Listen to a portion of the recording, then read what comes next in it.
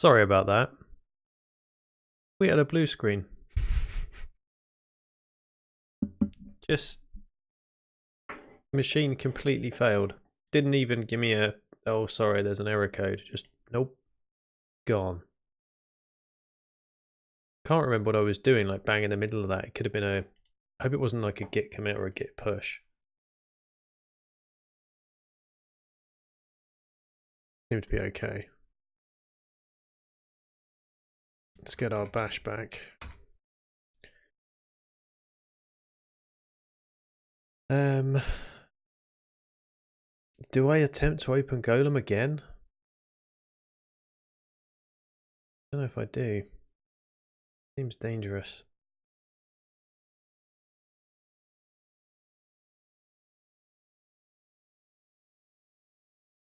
Probably close some of this down though. Oh yeah, I'd fix that, hopefully fix that issue. This is build 16. Build 17 was looking good. We had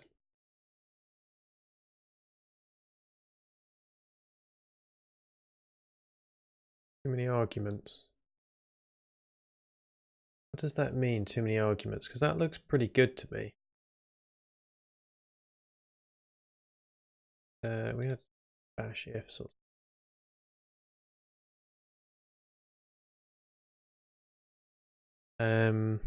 bash if else, if L or something.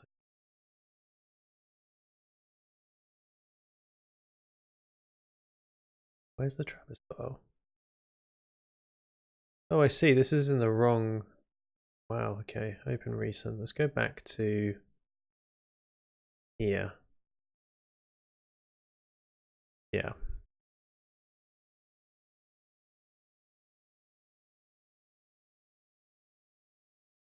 Yeah. Okay. Let's try this once again.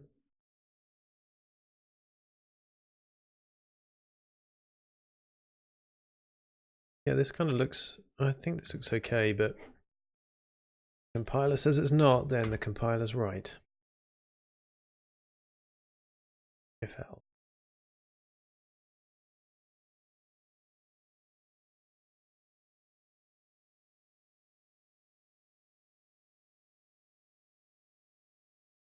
Okay, so if I go to bash if, so expression. Observe the mandatory spaces. Did we do the mandatory spaces? We need these brackets.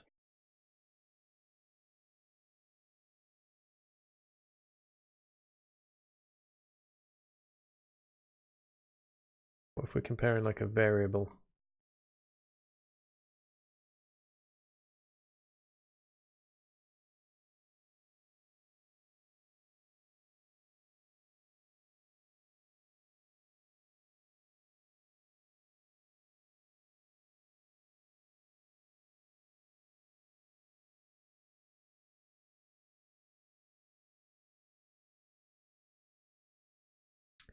Just need an example with one variable.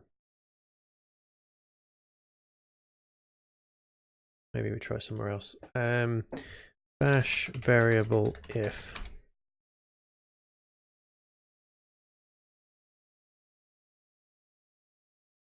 They're just using $1. Okay, so in that case, get rid of these. If we don't, maybe we don't need them now.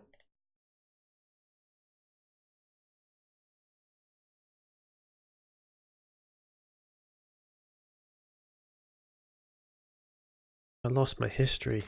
Because it completely blue screened. It didn't get a chance to write the history to disk. So everything I typed during that stream is gone.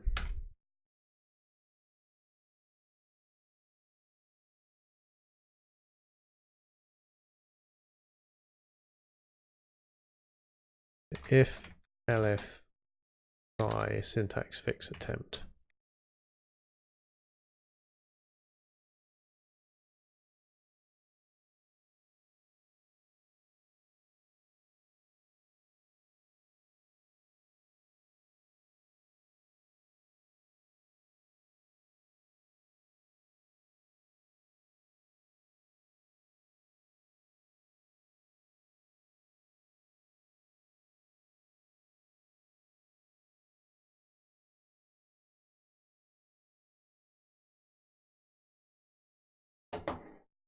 Whilst that's doing its thing, let's try and restart Golem.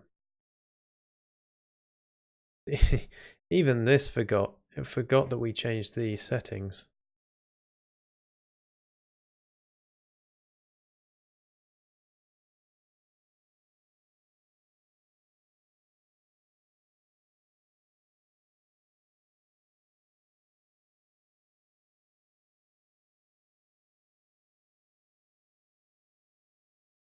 Okay, some of those have started.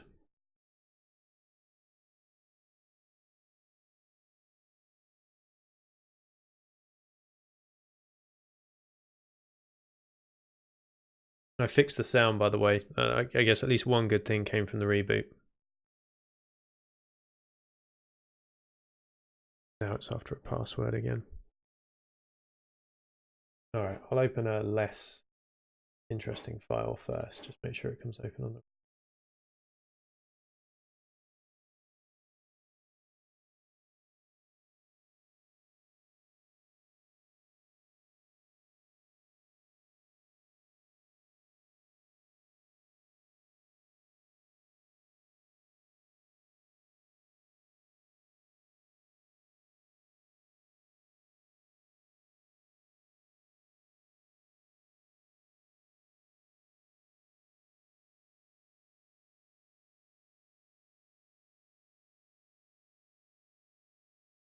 Okay, that looks like the syntax is good.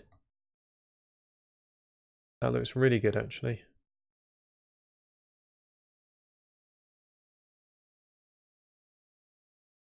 What does it actually run, though?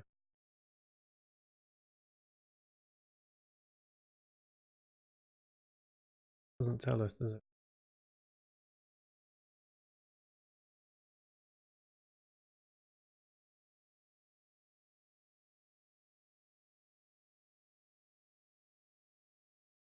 I guess we don't see it download this. So we would expect the environment variable here to be wasm32, which it is. Let's go to one that not. Go to an emscripten. Naturally, of course, it's taking longer.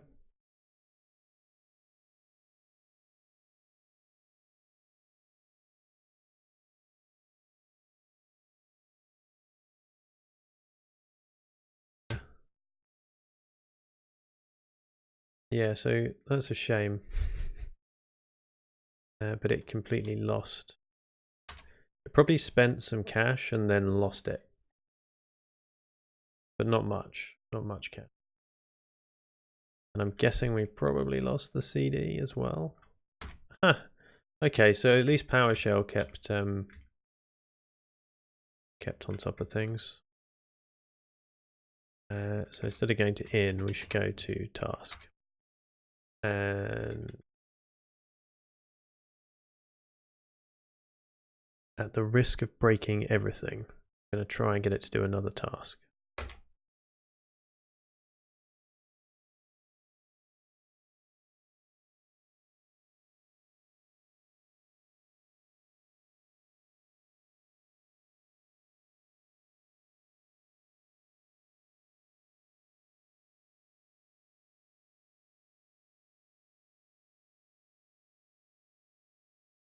That's looking pretty good. Ah, link EMCC not found. Let's see why that might be. Okay, so it clones down the EMSDK, which we can see it doing here. Then we CD into EMSDK.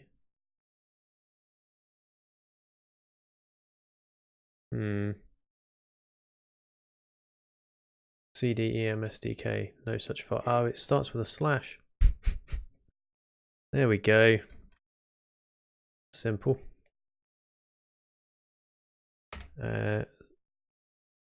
Fixed incorrect EMSDK path.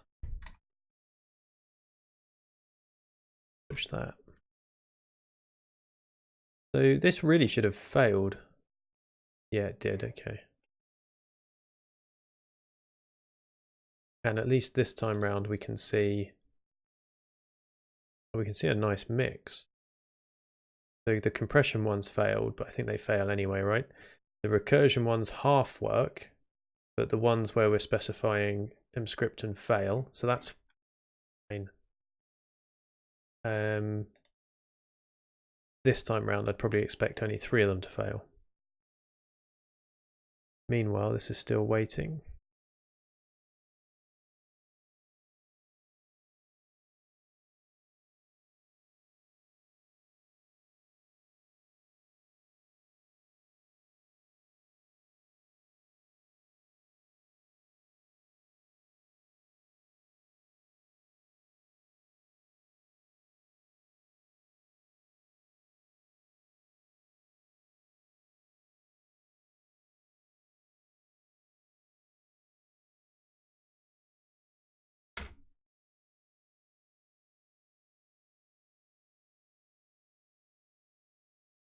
So I quite like the idea of this.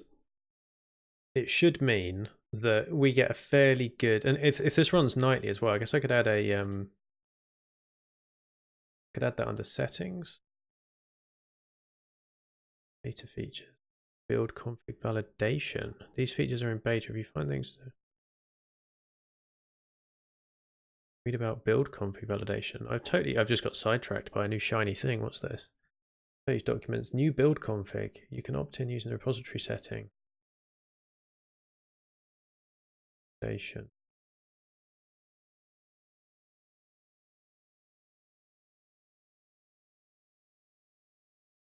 Curious. Yeah, I'm going to read up on that. Not right this second though. Environment variables, auto cancellation, limit concurrency. Did I not set nightly builds? I thought I could. I thought that was a thing. Maybe it's only a thing in a paid for account. Oh no, cron jobs. Right there. It's right there. So what I would really like, I think, is for the master branch to run. I think weekly would probably be fine.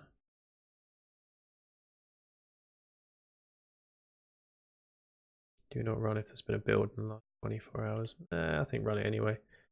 Cool. So the idea of this is we'll get alerts now each week if this is broken. So yeah, the compression one we know is broken. That's fine. It's not fine, but there's nothing I can do about that at the moment. I've got a feeling it's one of the libraries that I'm using. It's causing it to fail. Meanwhile, let's see how this is getting on. Just tried another couple of machines.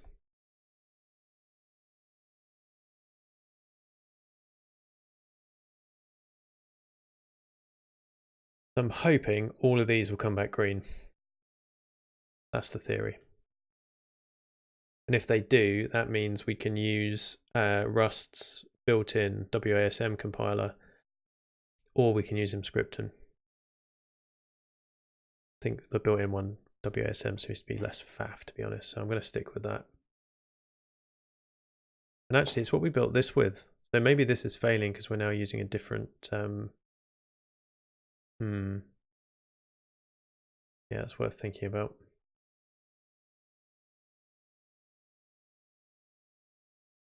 Yeah, it could be that we've changed something in here.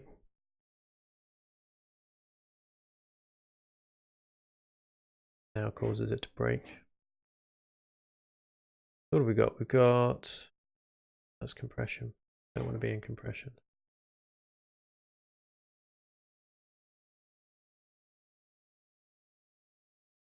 Got our 5 subtasks.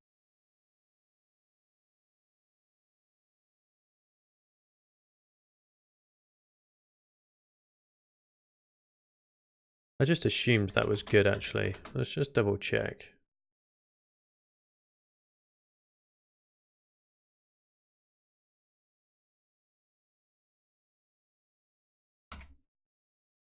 .9 meg is probably about right.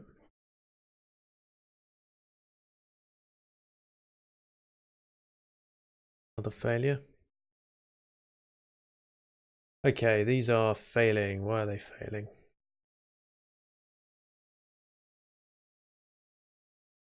Okay, so this time it's installing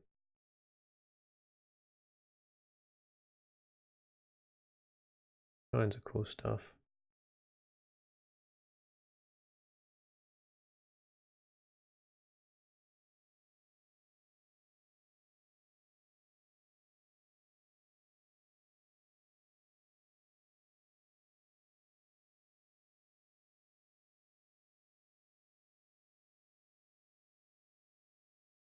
Okay, that looks fine. And then what is it actually error?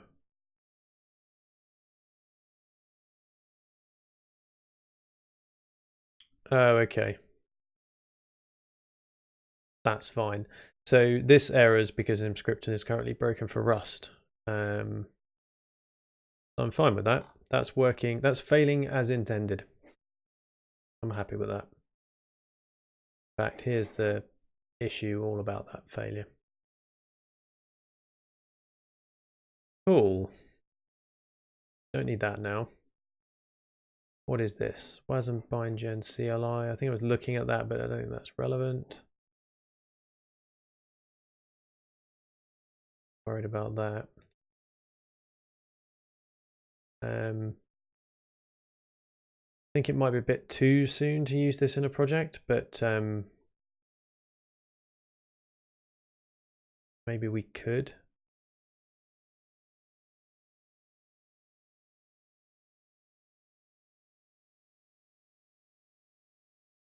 That just requires running that. I'll keep that. I might add that. This.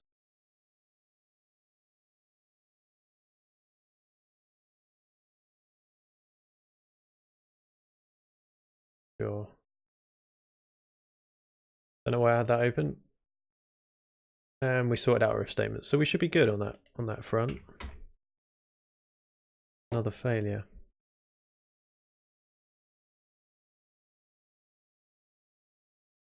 Keep file. We had untitled document. Do I need this? Because I've copied that. This has made it into source control now. So actually I don't need that file. Yeah, get rid of it. Cool. Okay, we have solid CI/CD now. We know when stuff still builds. We know when it fails.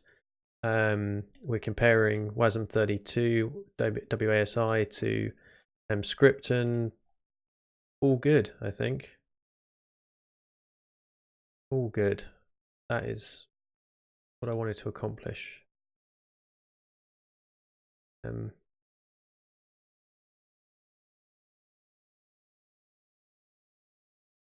Nice to know why this is broken though, wouldn't it?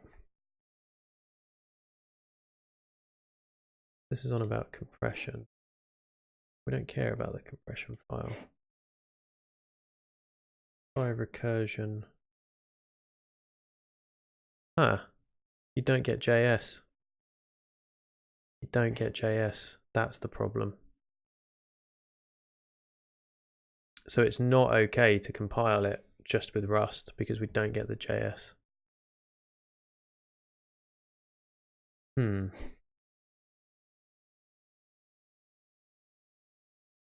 So need to go to the right directory. But I think if we take this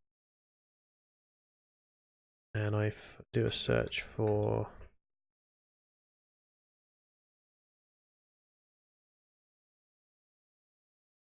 I'm going to find the last time that I had a good build command. No, that's a bit too far back. You know what? I bet I'm going to have to grab it from before I blew this machine up. Which I can do. Let me just grab that from another screen.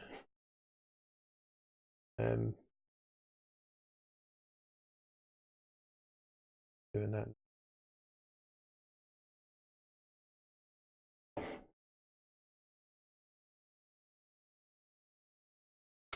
I think this will just keep going through fails. Meantime.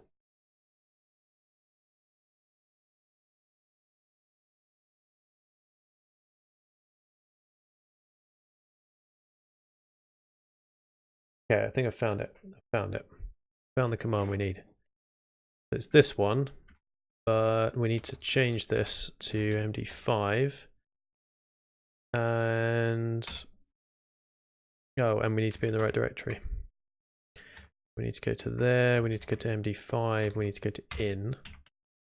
Then we run that.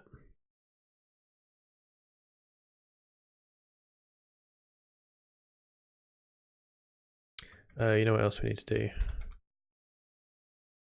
We need to source this. Do mention the working directory, and then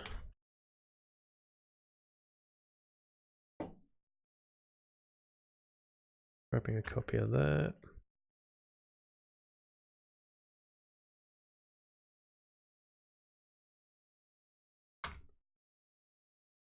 Yep. Run that. Okay, I reckon that'll work. Got a good feeling about this one.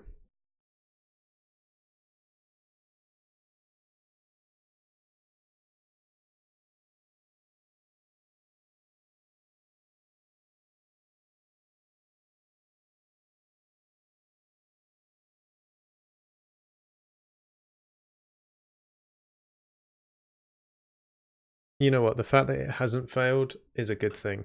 I think it would have failed by now if it was going to.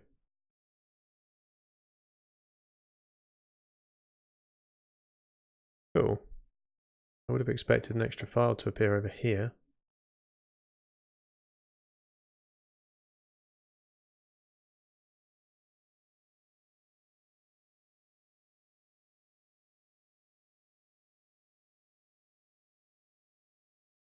It hasn't. Oh, hang on. Cannot stat target wasm32 release MD5. A specified release.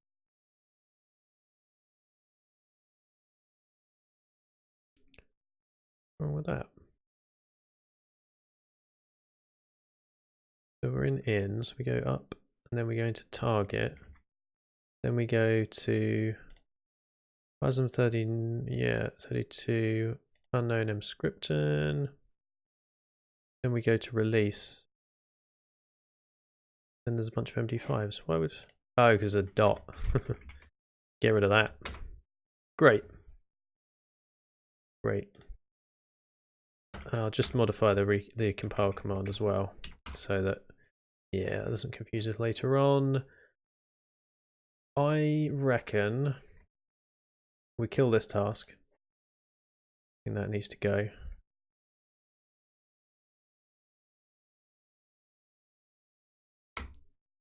Then we create a new task. Hopefully that will return.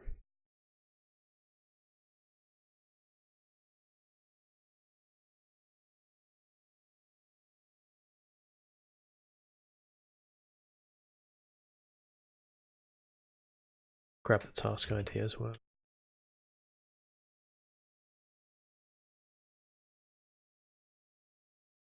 That'll catch up in a minute.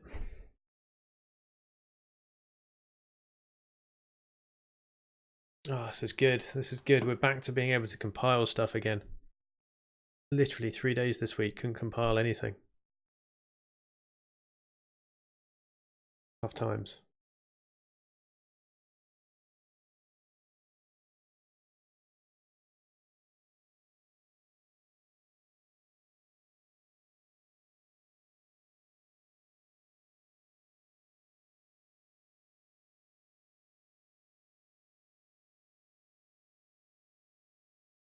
Philip, do I spy you on the channel?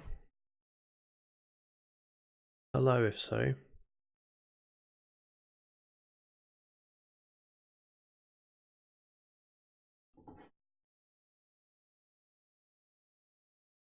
There we go. Maybe we'll get one of these built.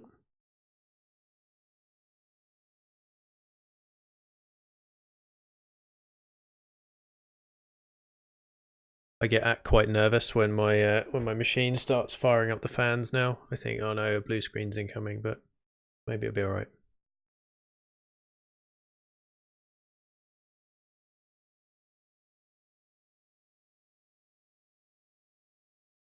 They just keep on failing.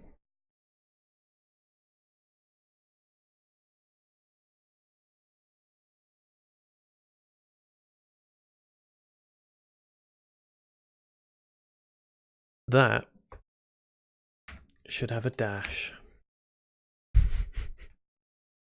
Wow. Wow. Let's fire up another task. Kill off this one.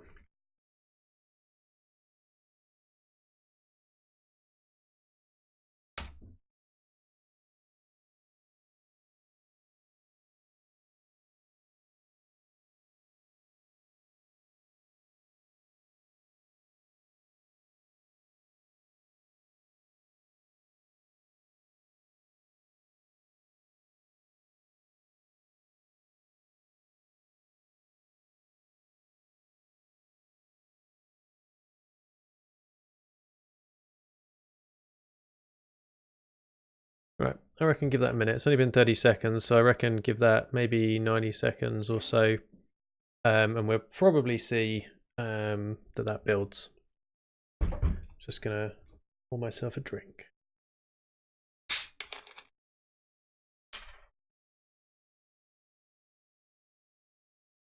So much equipment around here. Just have to pour this super carefully.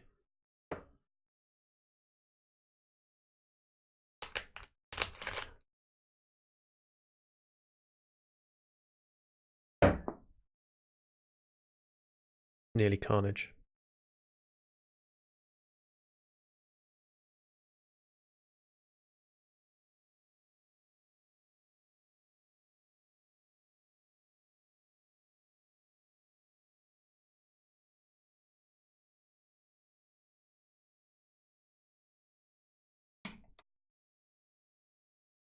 Well, it's been 90 seconds. That was my unwritten rule.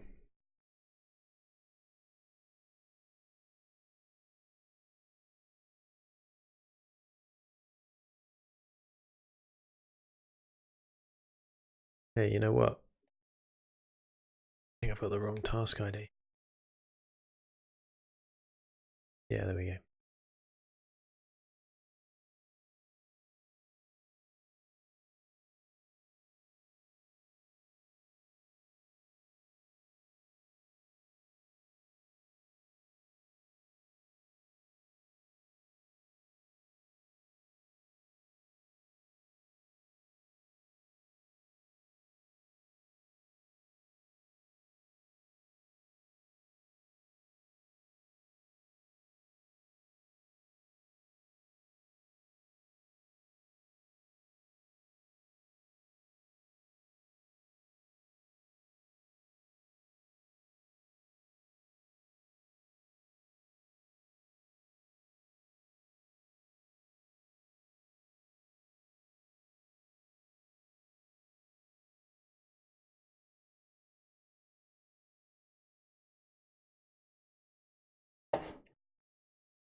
There we go. Sorted.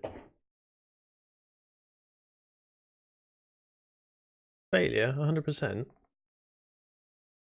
It's weird that those other two don't even have names.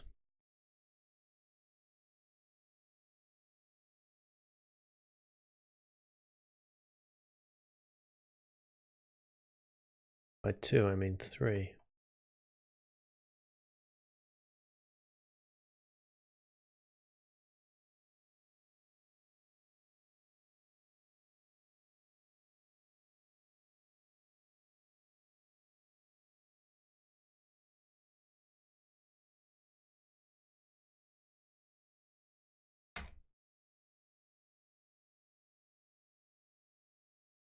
I reckon those two could be good.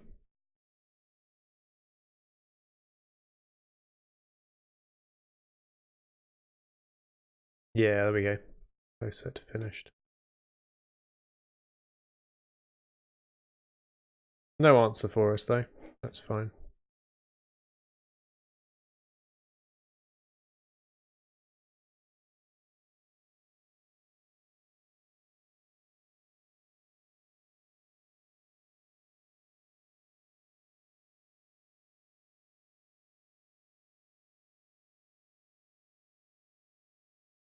Cool. Right, so I wonder if we should, whilst that's doing its thing, if we should further improve this.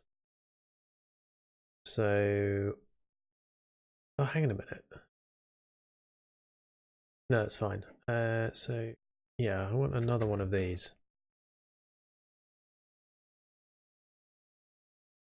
So this is going to be for cargo WASI.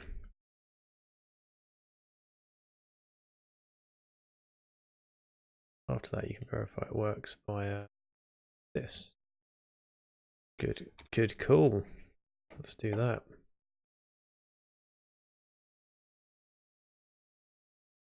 Then essentially we can just do cargo WASI build. All right, let's say we do.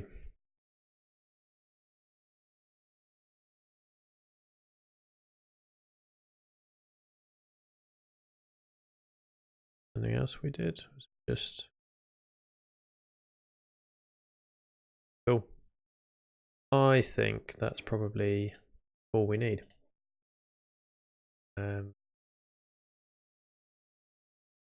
Pilot. Oh yeah, so this is going to be called cargo.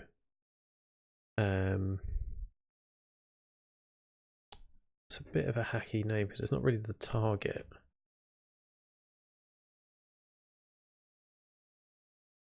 I think I'm okay with that.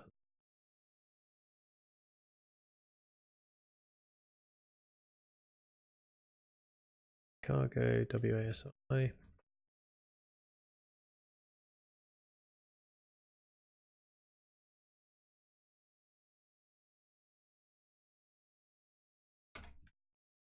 Yes.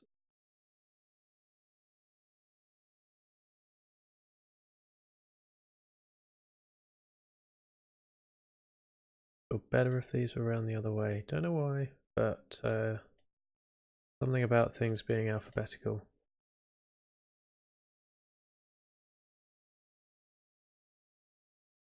Case, I guess those should come first. Yeah, what happened there? Don't know.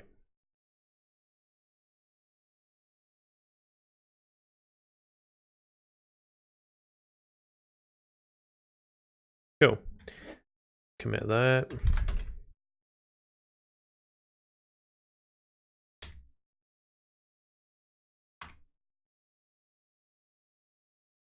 Would that look right? I think it does.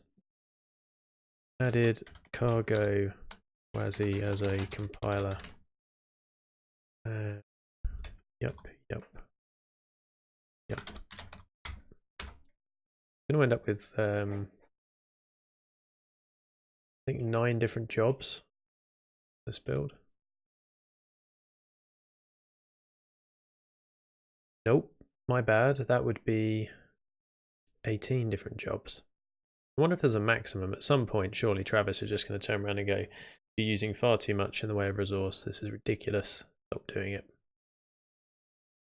Anyway, whilst that's going on, that's computing.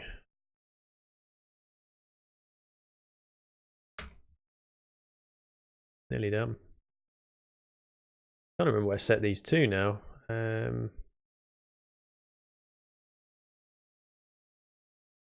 So I look in main. Oh no, that's a different main. So look at that one and that one. Oh yeah, I put the difficulty way up. Put it on difficulty 10. You just learned you could select files to commit with git commit. Cool. I'm glad. What were you doing before? Were you doing like git commit? Were you doing that?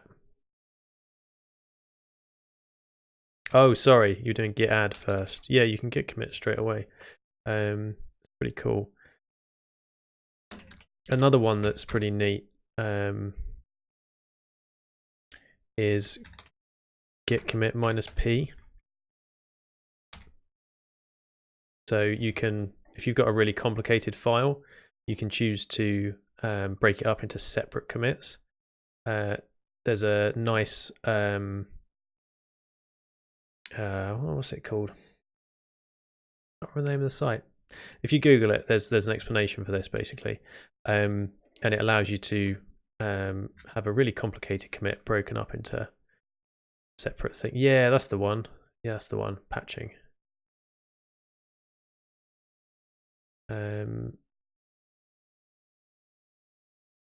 Out, and out. I think all of those were empty, right? And they all came back.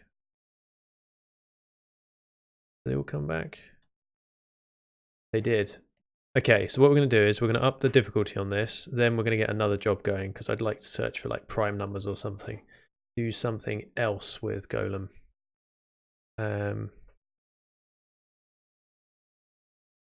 Cool. Well, glad to have helped. I don't need that anymore. Probably commit this actually. Let's just do that as well.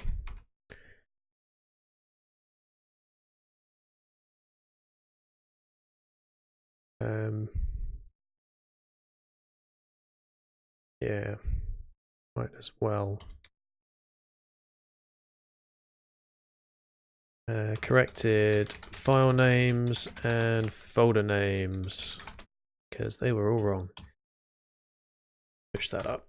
Oh, every time we do a git push, wow, I didn't really think about that. Every time we do a git push, that's going to fire off like 18 machine builds. It is what it is.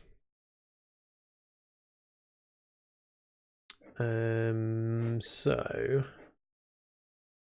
I want to up the difficulty on this quite considerably. So 50 million works, so that's fine. Let's try 100 million. And if this works,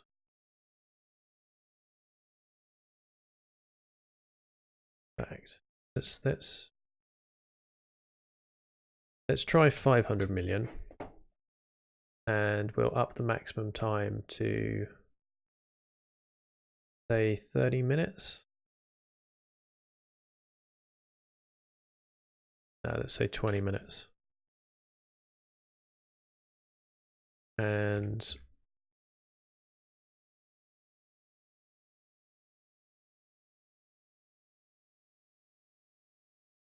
then we'll set that going. That's probably going to cost us a fair bit of golem coin, but we have quite the amount.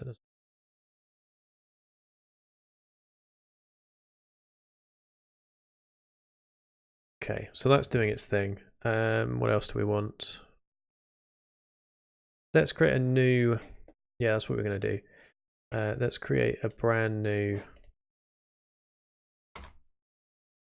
upped difficulty and timeout considerably.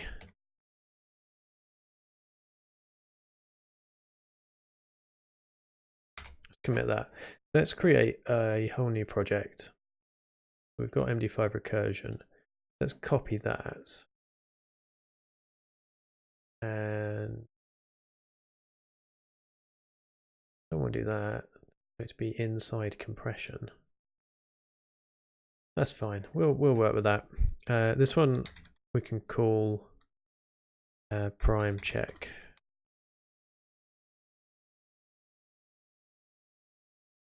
Shift it. Did I not just rename that?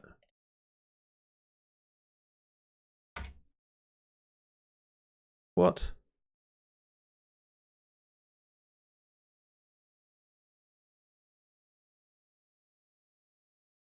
I'm going to rename it manually. So this is inside compression. We're going to move MD5 recursion to prime check.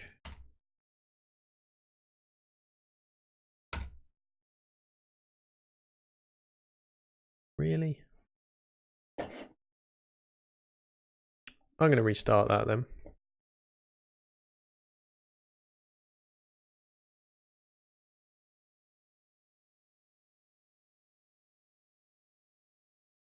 2 minutes. It's not actually dished out a job yet.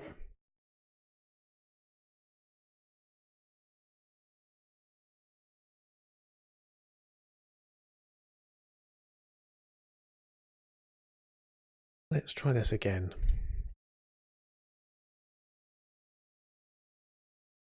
Just rename it to prime. No, it won't let me. That's crazy. Okay, I'm going to close that. This is in the... I mean, I can't imagine that's the problem.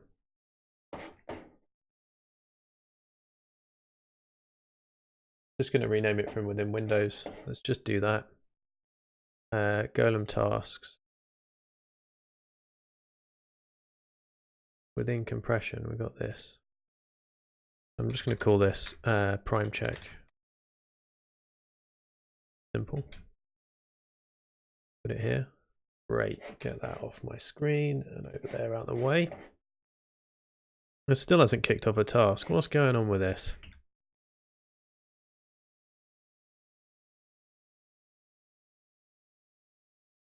Curiously, one of them is verifying, but 2 of them are failure.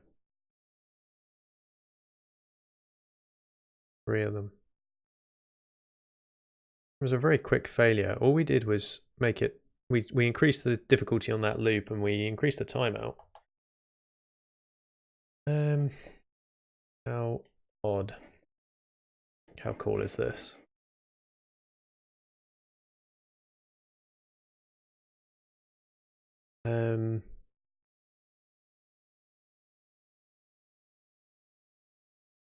Look, I'm missing something. Something to write code in. There we go. Right, so this is now in the right place. So we've got an in with all these subtasks that don't contain anything. I'm going to ditch most of these subtasks. Right, I think we can just have a subtask 1. I'm going to ditch this keep as well. I don't think it needs to be there. Because, oh, no, I didn't mean to do that. Edit, undo. Oh, there is no undo. It's gone forever. Subtask 1. And it's back. And move that file. That's that, and that.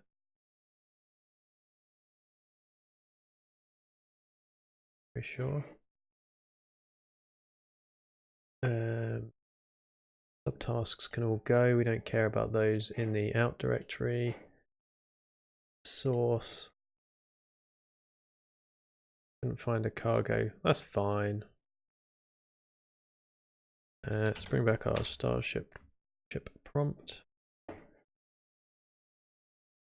Got something to push, have we? Fine. And we'll get this doing something more interesting in a second. Cargo lock. Care about. I wonder how much of this stuff we don't actually. Anyway, cargo tummel. We're going to call this one prime check. We don't need an MD5 and we don't need rand. We are going to need something to deal with large numbers though. And we need to fix this as well. I call it prime check with a dash. That might be the way to go with the other projects for some consistency.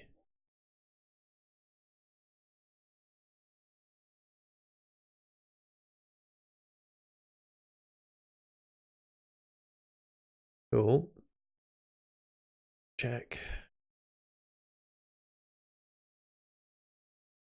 And we don't need all these subtasks chewing through cache. We're just going to do one short running task to begin with, and then we'll do some super long running tasks.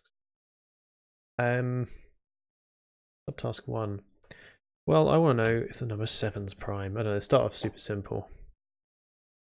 That's probably everything we need. Now we need to actually write some code.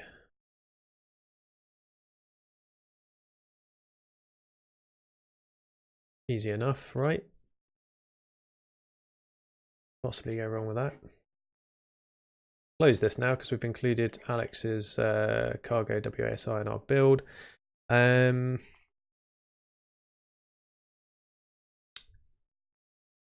say cargo, but we want Rust crate prime. There's got to be a dedicated crate for this, right? We don't need to write a prime number checker. It's a function. Find the first prime after 1,000,000. Find the first 10 primes. That's nice. Prime factors is prime. Well, this looks very, very good. Takes a U64 though. Kind of hoping I could give it a much larger number.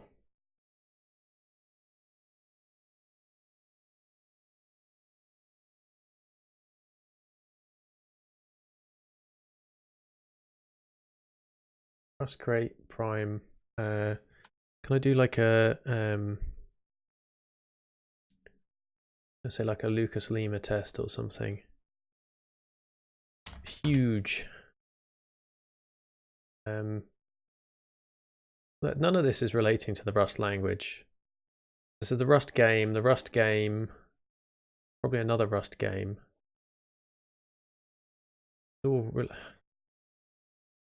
Rust lang? Is that the way to find language related stuff? Rust lang.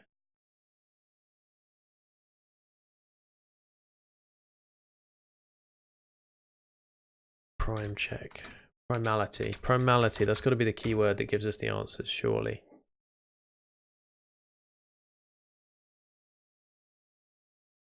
This is poor. Let's revert to Google. Sorry, DuckDuckGo. I really tried. Really did.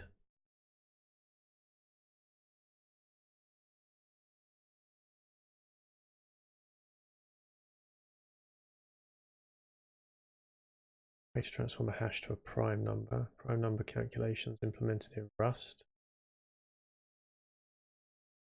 Lucas Lima.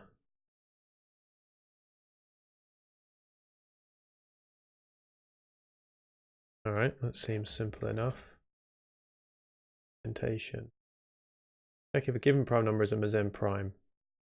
Turns true if it's a Mersenne prime and false if the number is not a Mersenne prime.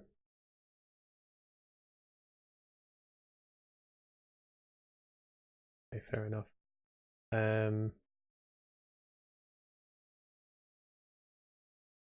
This also looks quite useful, but is limited to 64 bits. Good point. What is this limited to? So limited to 64 bits. Oh, I really don't want to have to write a prime factorization checker function thing. There's got to be a crate out there. Otherwise, I'm going to end up authoring a crate, and I don't want to do that either. All crates, prime. Primality. This must be for this crate then.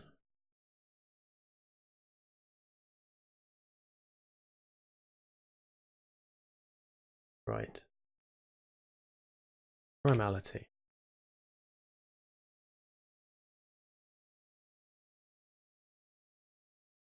U64. Fast standalone. Testing. I think we had a look at Lucas Lima a minute ago. I'll click him again just in case. Deprecated in favor of primal.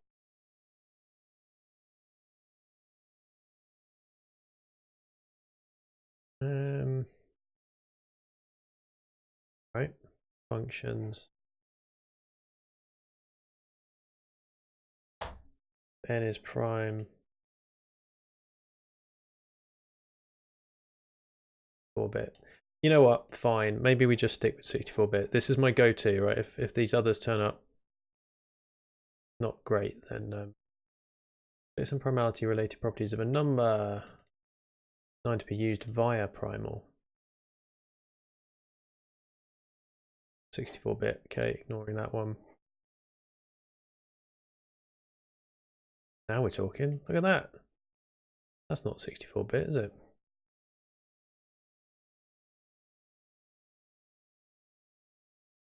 but it failed to build.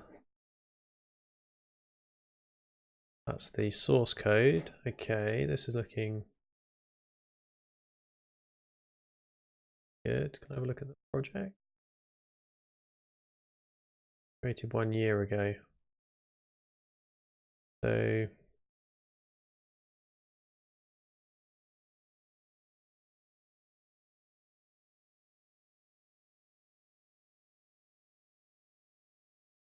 I don't know what a witness is. It sounds like some kind of crime has been committed in this crate, but maybe it makes sense in a world of encryption. Fine. Let's get rid of all of that. We're going to use this is prime thing, which should just give us the ability to quickly check if a number's prime. So we don't actually care about any of that. That can all go. Here we're grabbing an argument. Cool. Argument 1, aka our prime. Or possible prime, I should say, because we don't know for sure yet.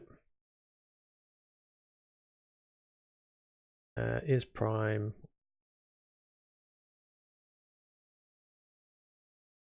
You know what? I'm gonna put that in there. Then we can say if is prime, then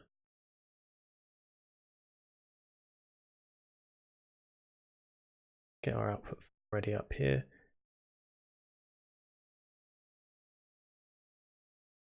If is prime,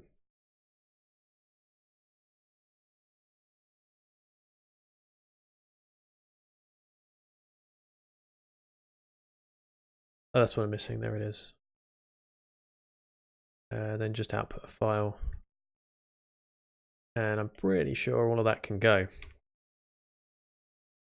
And then we can say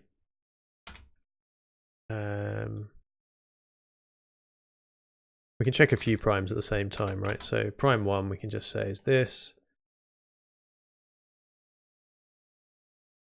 Let's grab a copy of this, put it in there.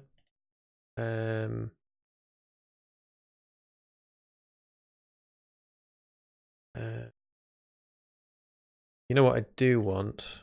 Actually, now I think about it, let's Control Z this for a second. What I do want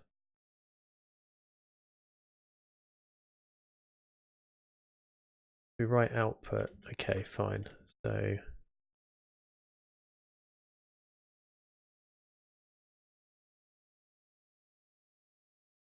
that writes out our file. I'll add some notes as well. Write out entire file, wiping contents. In fact, I'm going to say it does it in this order actually. Wipe contents and write out entire file. So output.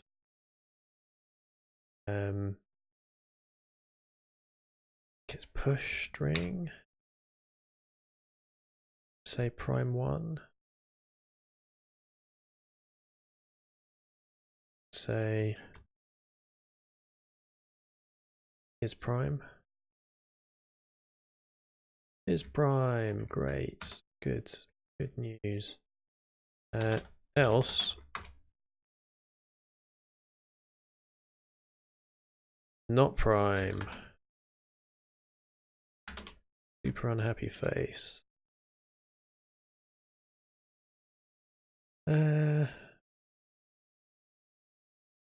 Take this, put it up outside of the if statement actually, because we would like to put the number in there regardless. And this can become prime 2, prime 2, prime 2. And I'm just going to change this to an 8 because we all know that even numbers are not prime. And then we can see if this builds.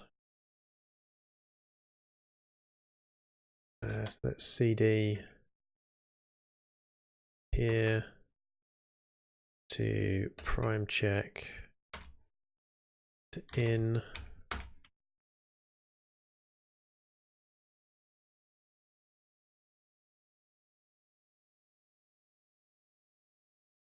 Yeah, probably. That's probably fine, right?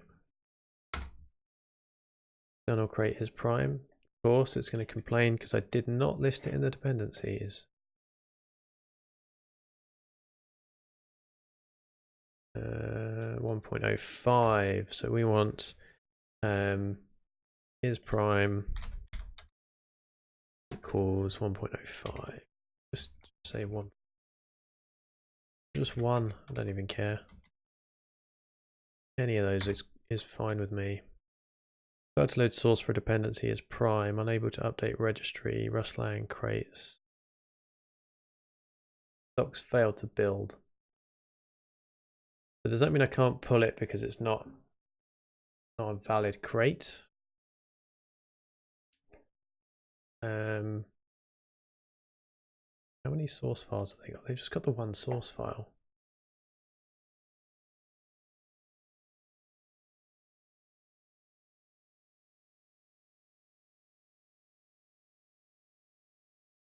A lot of tests. Most of this file is tests. Incredible. Well, at least they're taking their tests seriously.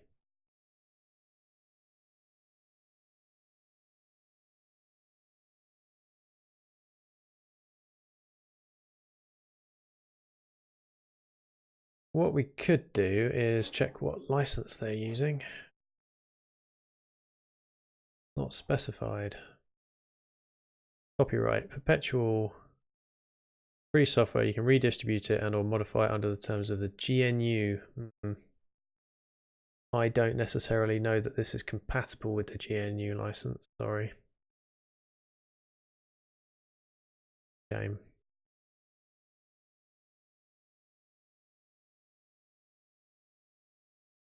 Yeah, so why is it broken?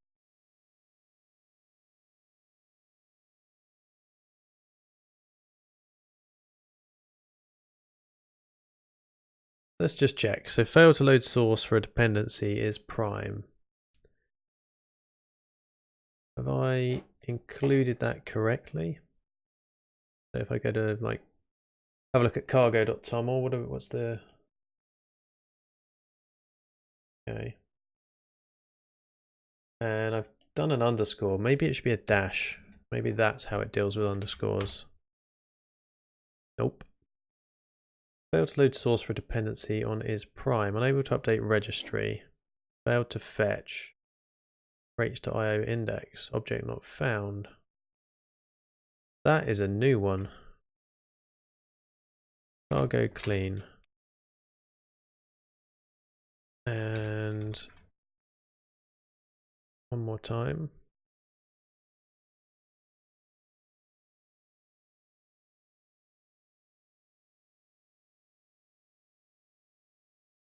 It failed quite some time ago.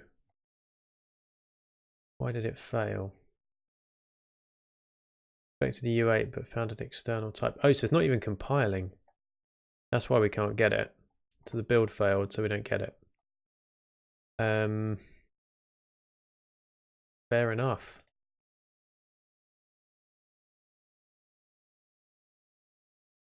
Is prime 1.05.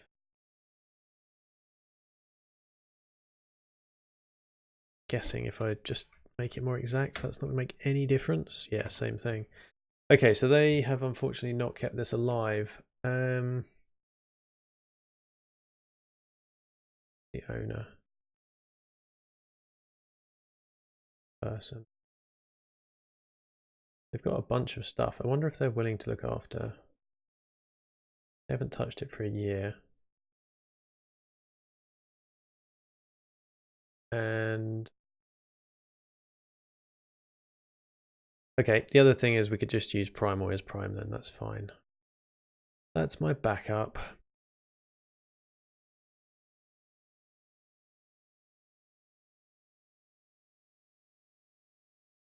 Prime. main.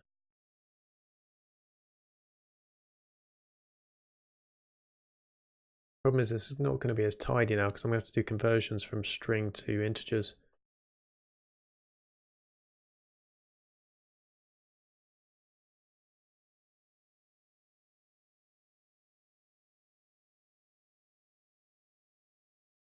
Actually, only in one place.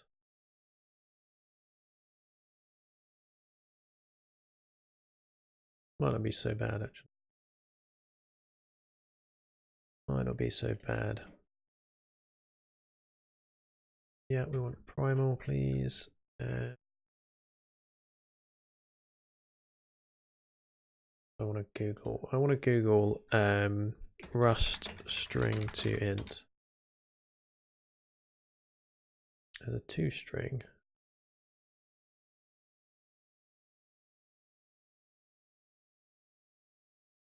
Pass.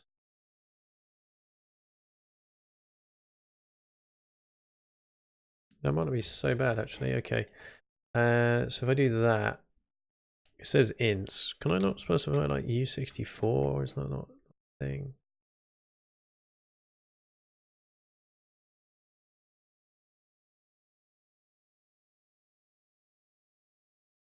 I think that's what we want.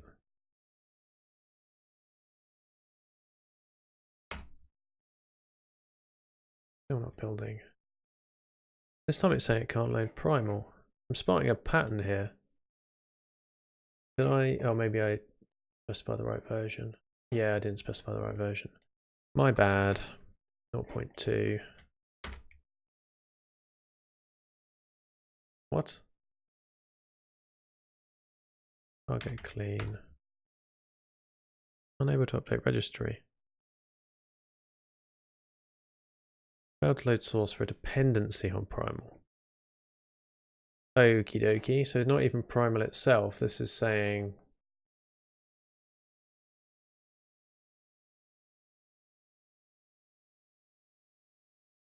unable to update registry. To follow link. Yeah, I think we will follow this link. What's going on? Not found.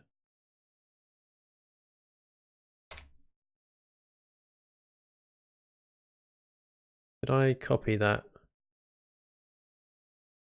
Okay, so it's just slightly confused about the link, but I think unable to update registry, failed to fetch, no match, objects not found.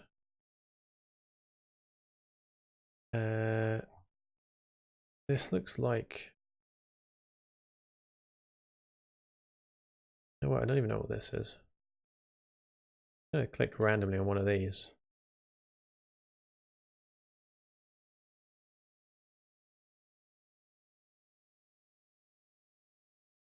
What?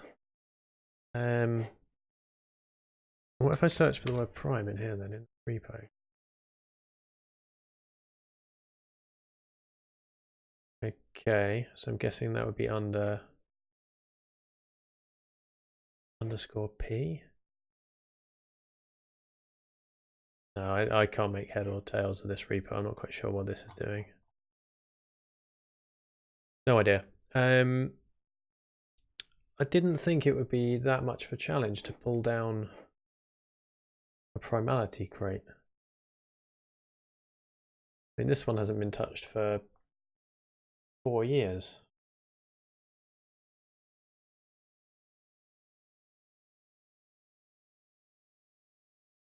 Not there.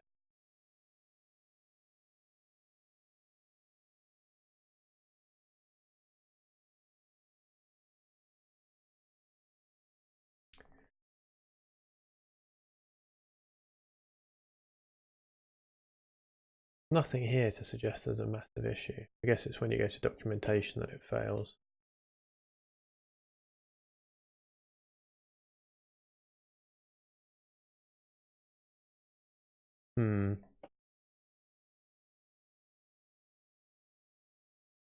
What if, okay, you know what? What if I just pull a crate that I know that works? I absolutely know that crate works. What? All right. I am Fully perplexed.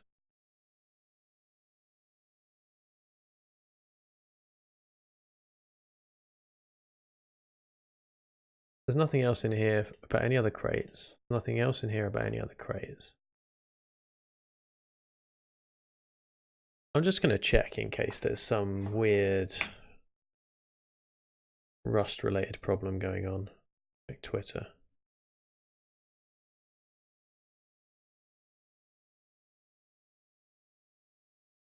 Rust status.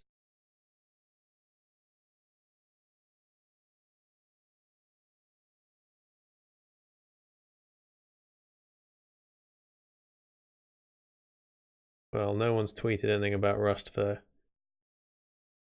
39 minutes, so that doesn't really tell me much.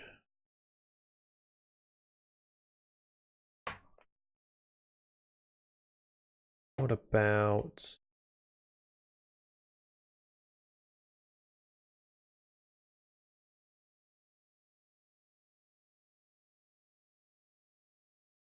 Rust crates status?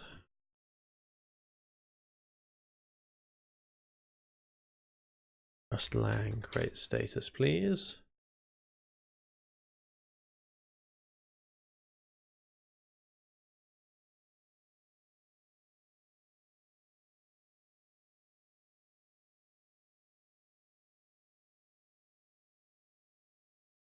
Last updated. I mean, it hasn't been updated for 5 days, so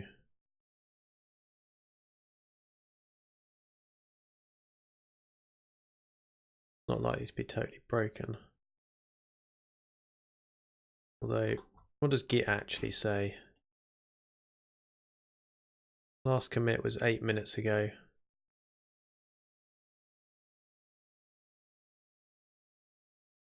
One more time.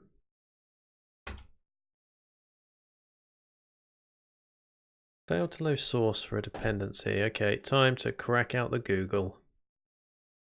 The new one on me.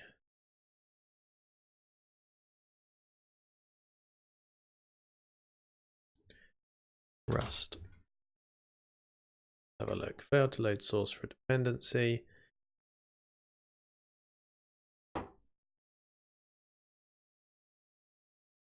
We could delete our lock file, actually. That's a good point. Maybe we should try that.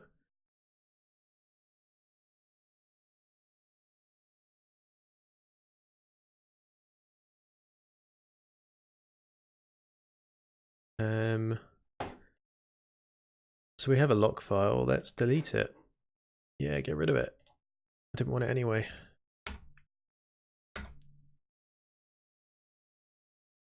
Object not found. So what is this? This looks like a git hash or something. Class is 0db. Code is not found. That just suggests that the entire crate is missing from crates.io, except it's not, because it's here. And hang on, that is prime. This is primal. We go back to primal. What version is this? 0.2 published 2015. Build failing. We can't use that.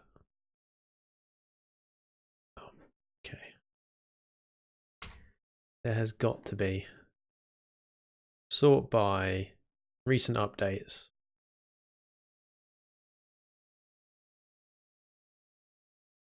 Your Rust implementation, encryption, generate primes. All right.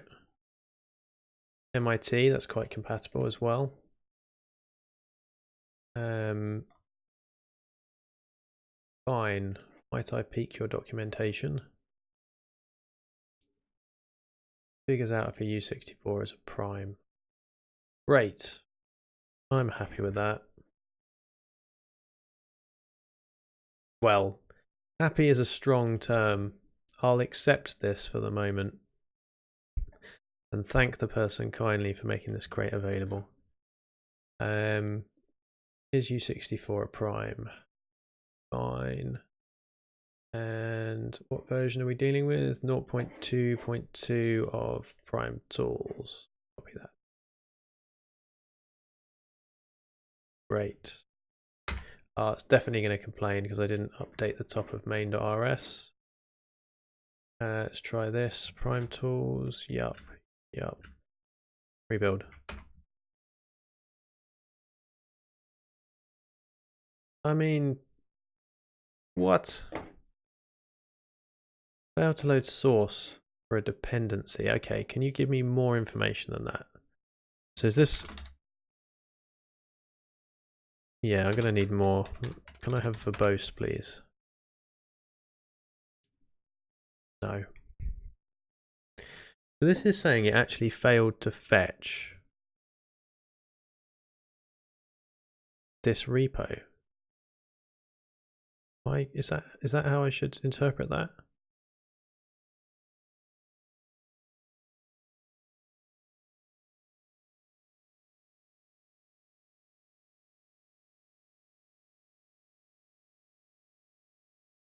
Let's add failed to fetch to our search. Failed to fetch.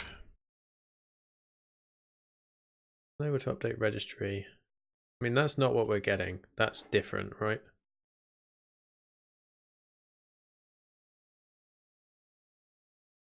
That's pretty similar. Although they're saying spurious network error. We haven't got that. We've just got a spurious error. Oh, no one answered them. Heartbreaking. I genuinely feel for people when they've posted to Stack Overflow, particularly as that person has. They've put in, look, they've put a lot into. Oh no, that's the answer. Okay, good. Okay, I don't have to be so emotionally involved in this now. Failed to authenticate when downloading repository. Hang on a minute. Let's just go back again. So this was posted by Shepmaster. This also answered their own question, or at least gave more information.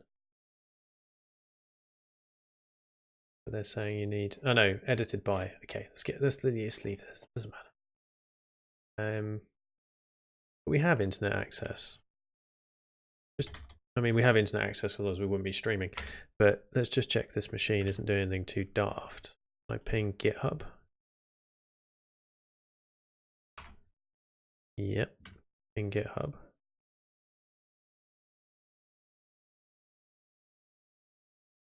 Any Rust devs watching and come across this before? So weird. There I was. I thought, you know what, we'll just generate some prime numbers. That'll be super simple. Oh yeah, I totally forgot that this was running. Hey, it completed. It took 21 minutes. That was pretty quick. I think we could drop the subtask time or increase the difficulty on that. Let's head on up to the MD5 recursion thing. Should have an out. So I'm just switching from one thing to another. Nothing, still nothing. All right, just whilst we're debugging this other issue, I'm going to up the difficulty on this to 800 million. Or a billion, actually. Why don't we go for a billion? Close that. Then go back out of this. D5 in.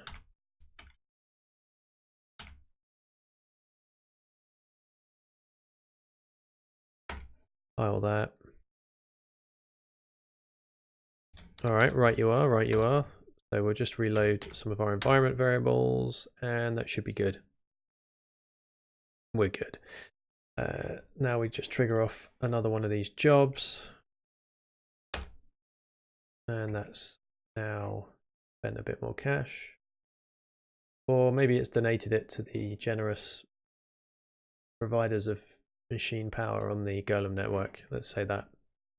Well, yeah, okay, so what's going on with this? This is weird. Really weird.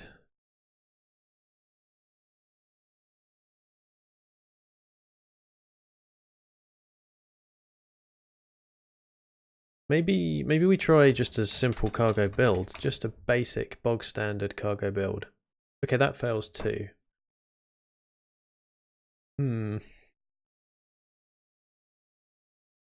Anyone on stream come across this before?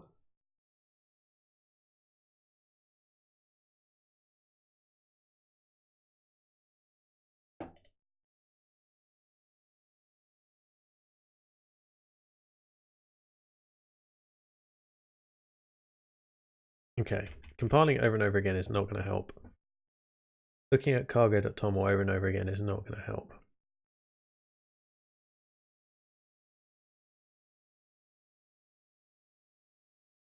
What if I take it out? Because this should generate a different error, right? If I take this out completely.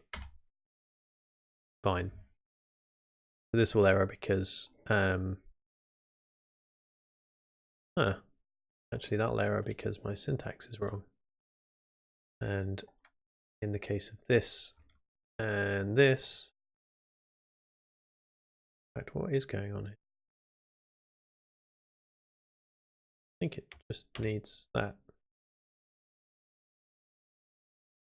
Nope, needs one of them, one of them, one of them. That's the syntax it's after, I think. Build that. Okay, so now it can't find the external crate because we removed it. And I removed it to see if that would help. No dice.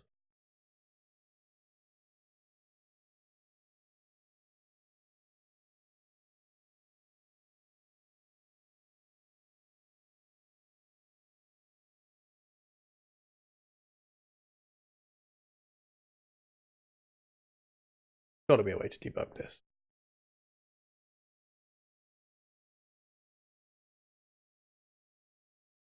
Be that, could be that.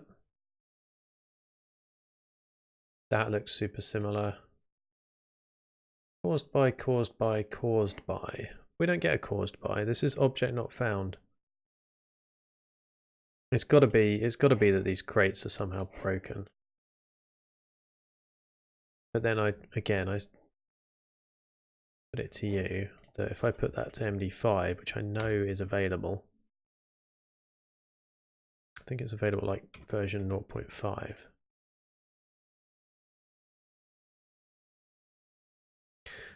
Nope. Okay. Authenticate. Downloading repo. Okay, build failed. We have pretty much exhausted all of the search results. Can't use private repos as dependencies anymore. Surprised you could in the first place. How to use relative git submodule paths. Oh, hang on. That looks very familiar. I'm not sure what caused the problem, but can attest that it was not a network issue. Removing cargo registry fixed it. All right.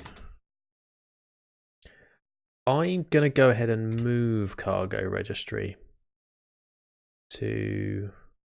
No, you know what? Let's live super dangerously. The directory. Fine. Not anymore. Heck of a directory. What was in it?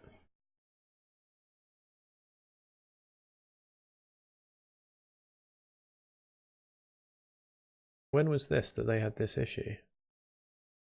December 2012. Wow, this has been around a while. Okay. Try now. This is obviously going to error, but for different reasons. I'll edit this back as soon as this is built. Cool, okay. Different reasons. Try again. This should build. Come on, we believe in you. Okay, well, it errored for different reasons, so I'm happy with that. Expected a U64, but found a result. Where did you find that result? Prime1.pass. So prime1 was a result. No, okay, this whole function expects. So we probably need to unwrap. For anyone not familiar with unwrap, it's basically a really neat hack. It's a one-liner for turning a result object into an object. the result thing into whatever the correct value should be. So you're basically just foregoing any error handling. Instead of prefixing, so we started something something up here, possible prime. Oh, that's the prime we're searching for. Well, that would be. Let's do that. Just do that. It'll be much easier. Then we can get rid of prime 2. Less code. Well, expected a string but found a struct string. Fine. Borrow it and you should be happy. You are. Good. Then we've got to use prime tools, but we're not using prime tools. We are calling it directly. Cool. It compiles. I'll take that. So now we should, if we cd into the in directory, be able to build this and then turn this into another golem job.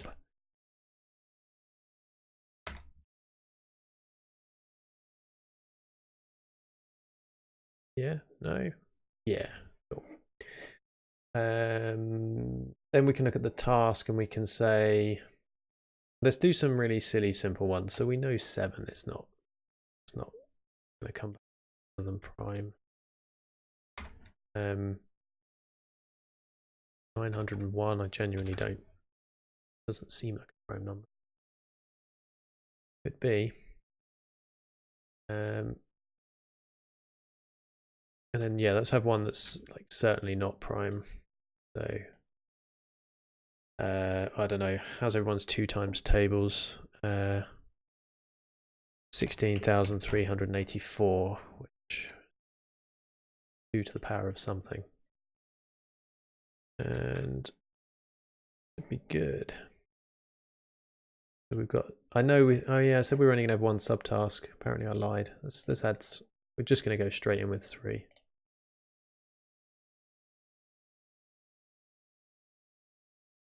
I don't know why it needs these directories. Directories was something that we found through trial and error testing. And they won't let me rename them. It's really odd. Documents. But it's fine. I can just do it manually every time. But I feel like there's some maybe Windows versus Linux thing going on. I don't just mean in the battleground of the earth. I mean file system. Golem-task.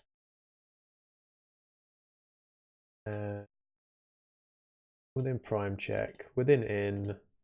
I'm renaming, so I'm doing this on a different screen. Sorry, not sorry.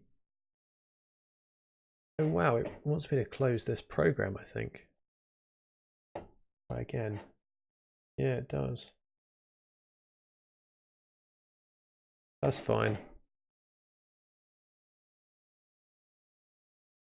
Just noticed as well, Golem is still waiting for computers. It's not actually started processing yet.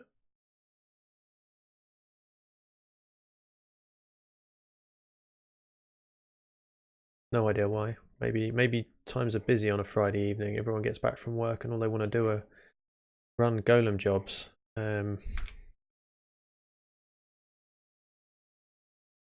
a look at this.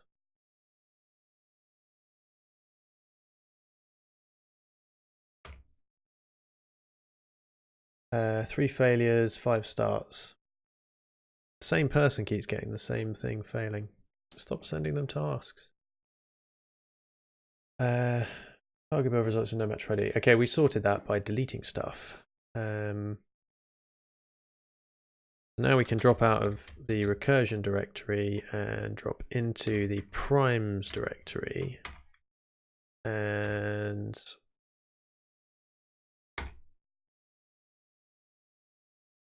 not that directory actually. We want to go into tasks. Then we want to generate a new task. Now we should have 2 tasks running at the same time. Cool. Cool, okay.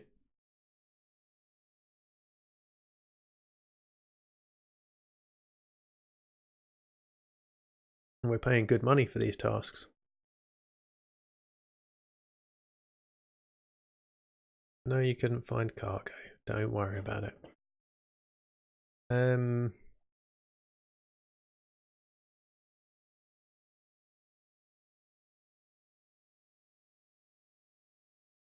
Yeah, that looks good. Can't see anything wrong with that. And the outputs will just get generated automatically when they run. Furious. So this one started already. MD5 recursion, no, but primes, yes. Find out why.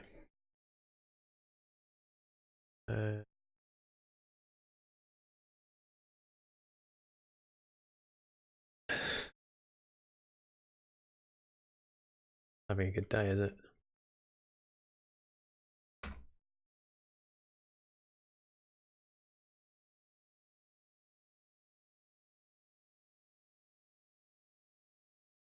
I quite like this. When this works on days like today, this is quite fun.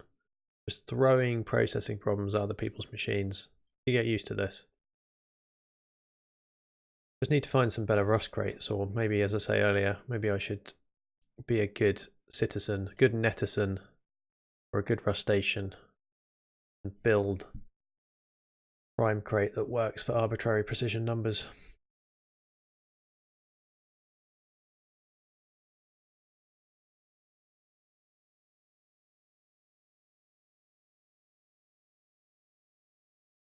Lots of fail. That one looks like it might actually run. Because these have been in the starting state for quite a while. It wouldn't surprise me if they burned through another 5 minutes or so and then actually went to completed. That'd be nice.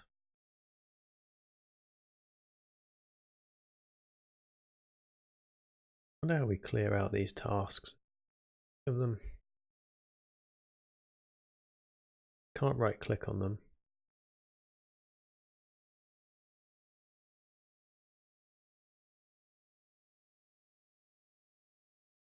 Oh, we've gone to computing.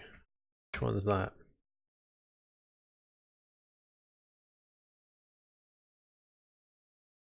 Probably not that one.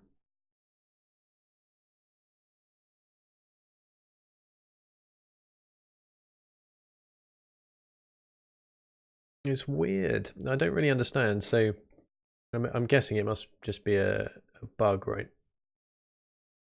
This one says computing and it's slowly been ticking along. These just say starting. Maybe these are almost completed. Who knows? Who knows? I'm completely guessing. I'm just looking at two different interfaces and guessing what this might actually mean.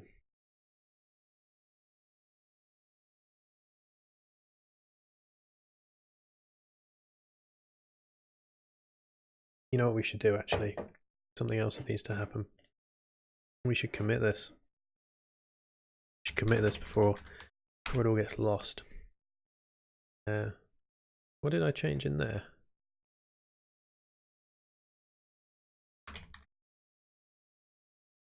Oh yeah, fair point. I did make it twice as difficult. Oh well, yeah, I did make it twice as difficult. Maybe that was a bit much.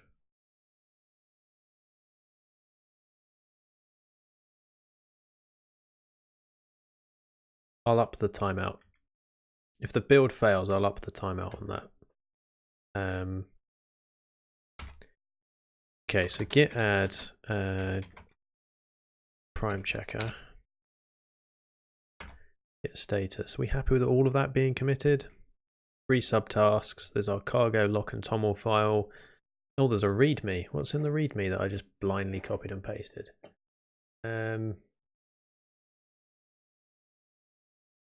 Okay.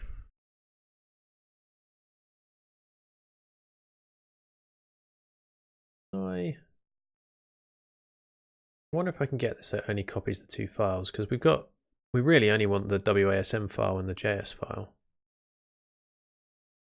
So what if I do I wonder if it'll let me do that. So this would be dot wasm comma Actually, alphabetical is always better. So yeah, cd prime, no, wasm prime, cd to in.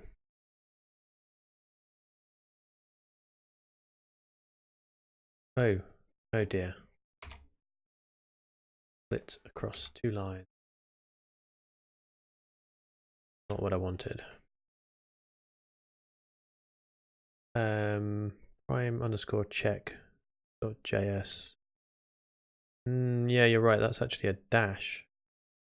It ends up with a dash dot JS. Hang on a second. It ends up with a dash.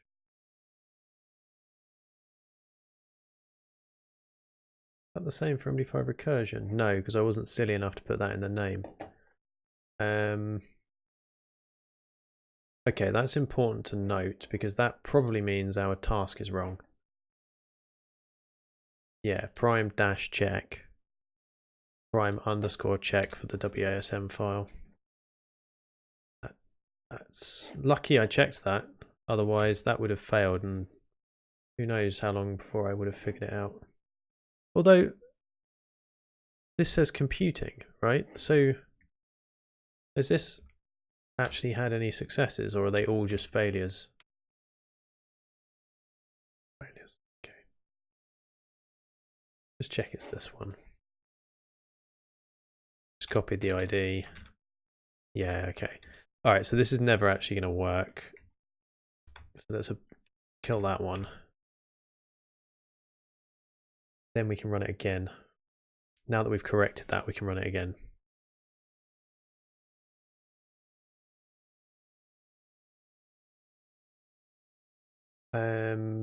Yep. We were... Sorry, I sidetracked us. We were git committing stuff, weren't we?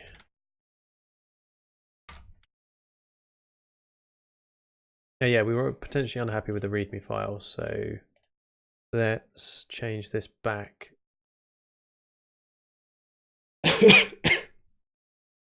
Excuse me. Change this back to prime. And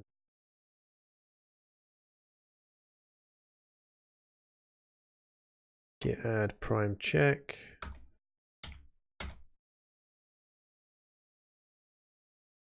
Then we can commit this. So all we've done, added prime check task.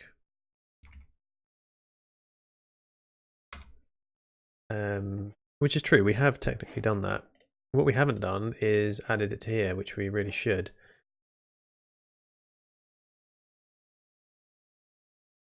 So that's called MD5 recursion. Should be prime check.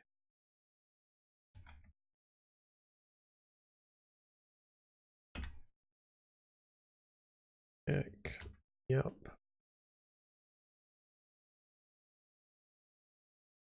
Okay. So now we can commit our original file. Go back. Oh no, too far. Travis added prime check golem tasked Travis builds. Exciting times. Push that. Got that building.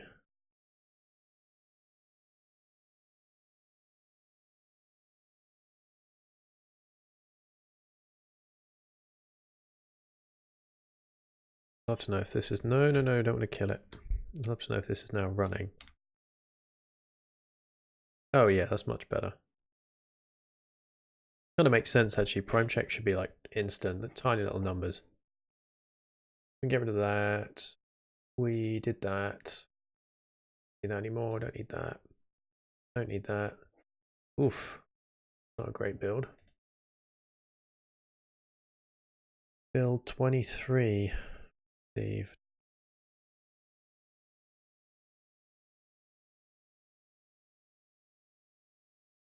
I mean, this isn't too silly, right?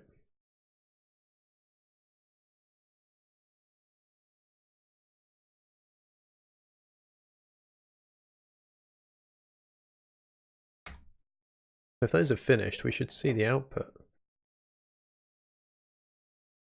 7 is prime. 901 is not prime. And hilariously, something that's divisible by 2 is also not prime. 901 divisible by.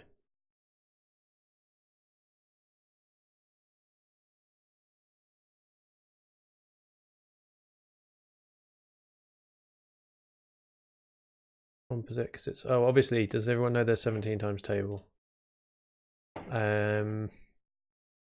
Cool, that works. So, just because we felt like it, we've now got a prime number checker that we can run in Golem. Neat. I really want to do something that's bigger than a 64-bit number, though. Rust, arbitrary, primality.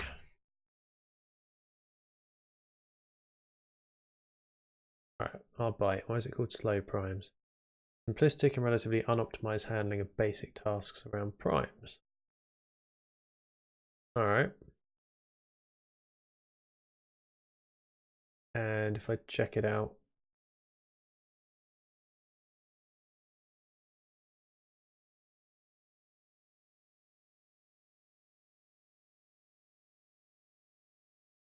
interestingly, they recommend going there. Yeah, let's have a look at that Git. See what we're dealing with here. 5 years ago. That's probably not going to build anymore.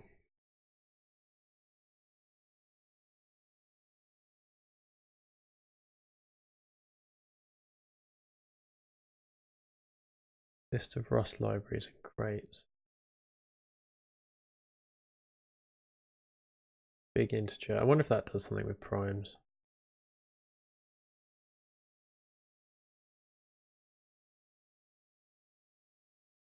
That one might as well.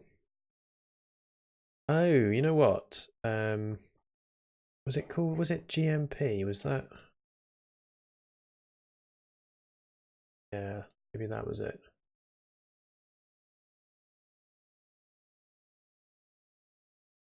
Sorry, so yeah, I think GMP is a C library or something for basically prime numbers and a whole bunch of stuff. Randoms. Oh, okay. Randoms, default precision. Oh, hang on, these are intentionally left out. Cool, what did you leave in?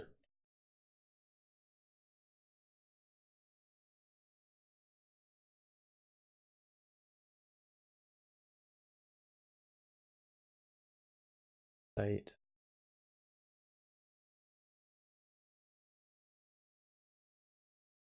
I don't quite understand.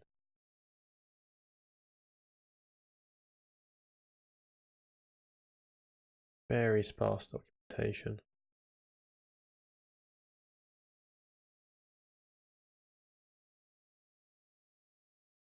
This one's been updated recently.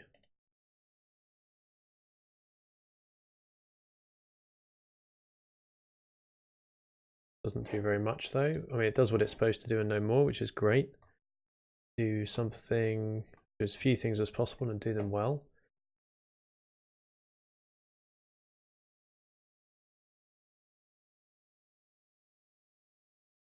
Okay, go back to map thing.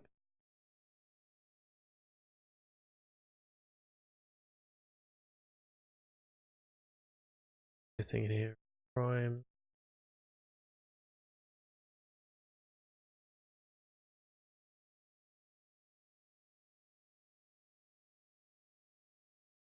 B vector specialized the prime number related needs of primal. We tried using primal, right? We ran into some issues.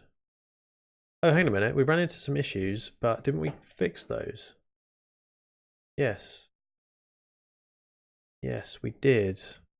So, sorry if I'm sending us round in circles. Yeah, I think we had this. We can use primal, right? Bear with, bear with. Go back to trying to use this. Function for is prime, yes. Oh, but it was 64-bit. Right, so there's no actual advantage over prime tools. Fine. Divs. Checking for primality. Sounds good.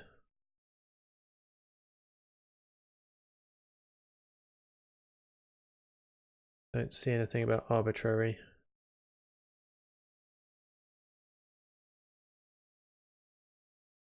Primal.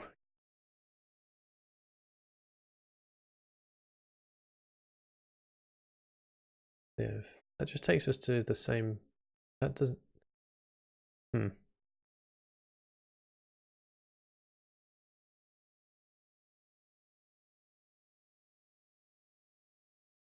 The I reference takes us to prime. An integer over all primes. Then this takes us to primal civ. No, yeah, okay, so this is fine. This is the right place. Civ prime. Okay. I think we've worked out that there's maybe not a good. No, I just, it doesn't make sense. There must be a library. I'm gonna, you know what? I'm gonna ask in the Rust forum in the Rust Discord. 1 second. Maybe somebody there will have some advice.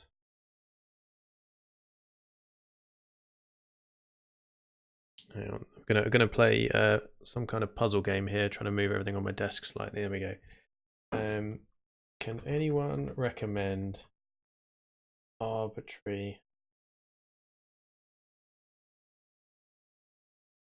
Can anyone recommend an arbitrary precision prime number checker? Primality. Let's use the right word. Primality check.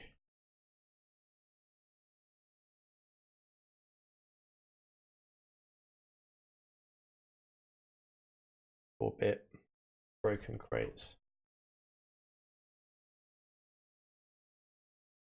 Cool. Sorry, that's on a different machine. Not logged into Discord on this machine.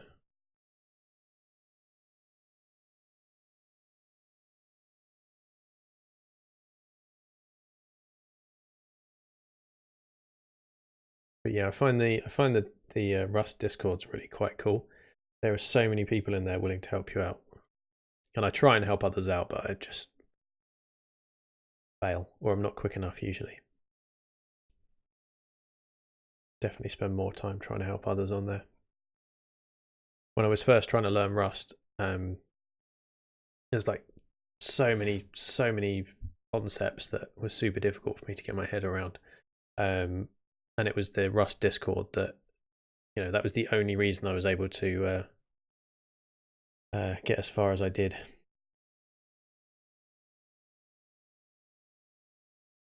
Okay, well, I've left that question in there. We'll see what it comes back with. In the meantime, MD5 recursion is still running.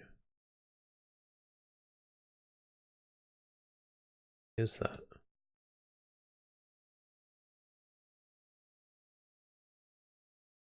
They're all failing.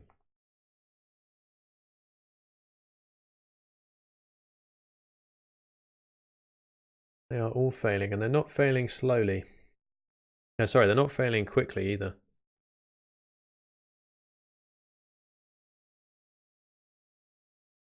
Hmm.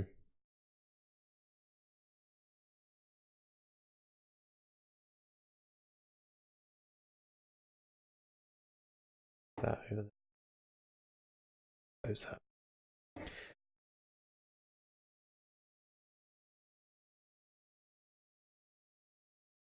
It's curious that some of these say 0%, some of them say 100%, but they all say failure. What's that about?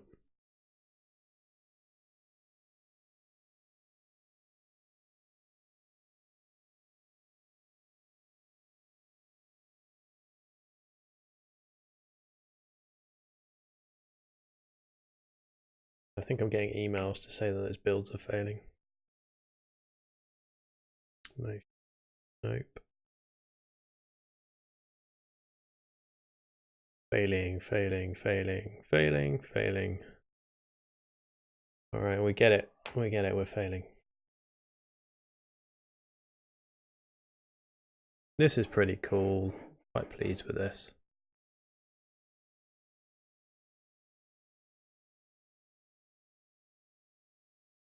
So I guess we get to see that consistently emscripten fail. Or why is emscripten failing? That's a good point. It should be fine.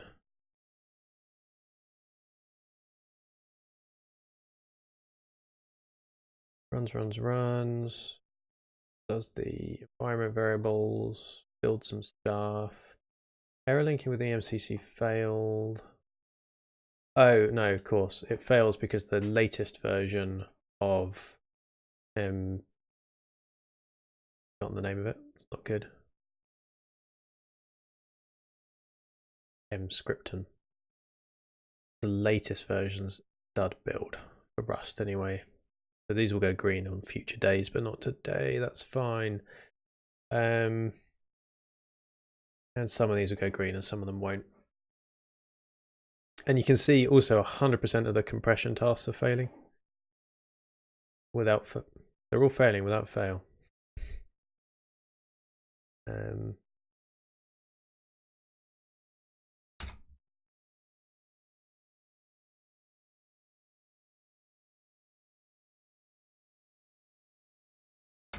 I reckon these are just timing out. I'd love more information to say how long they'd run for. Maybe in a future version of Golem. Sure, that's near the top of their 5,000 feature requests. I feel kind of sorry for them because I don't think there's many devs, and the size of the project that they're taking on is just vast. Or taken on, I should say, because this is a working product. It works. MVP has been reached. Right, so whilst that's building, we could adjust. Got a primality checker, yay. I might put this into its own function, you know.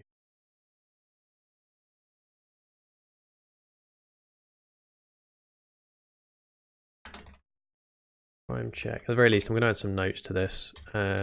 Get first argument. Set up output file.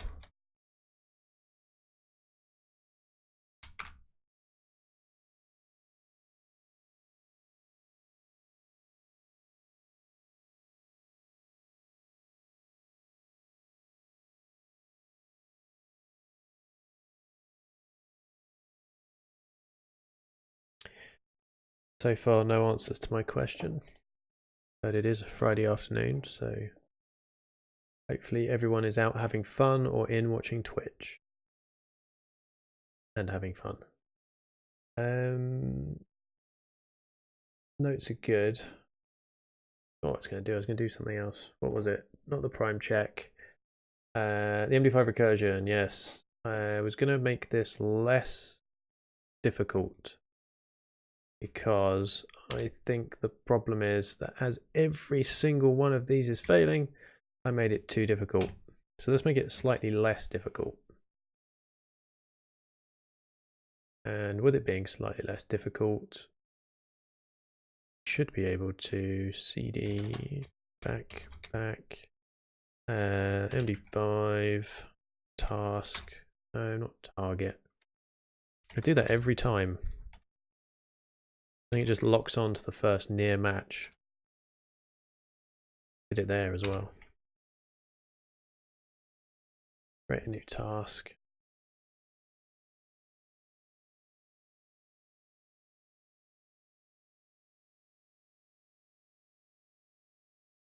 I'm going to let that other one time out. This one. Well, didn't I set the timer for something really quite long? An hour. It seems unfair to lock up people's machines for some time. I'm gonna kill this one. Don't want to be a bad Golem user. Yeah. Okay, so that's killed off. That's running.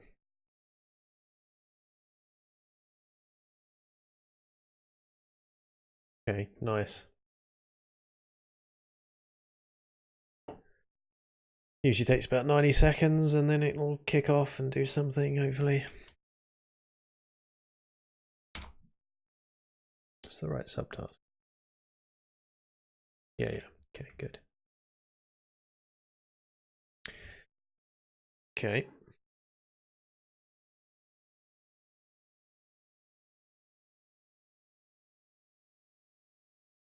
So let's just check what we've got going on, because we've got quite a bit going on. We changed something in prime check. That was just adding notes so that people can follow this a bit easier. Okay. Happy to commit that. Prime check. Added notes.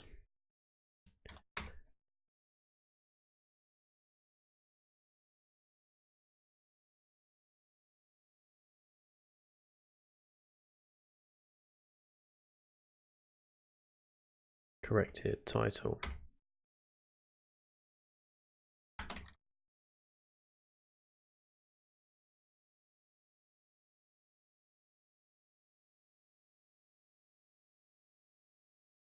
Okay. Still no response on the prime thing. Maybe there isn't a good crate. Excuse me. Maybe there isn't a good crate. Compression, I think I decided was a dead end for the moment. I've spent days trying to get that to work. No avail. What else could we do? What other tasks could we generate?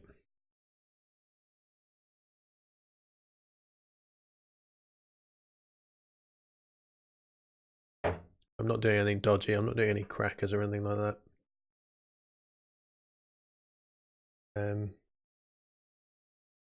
obvious one, right? Some kind of MD5 cracker or something, but don't want to do that.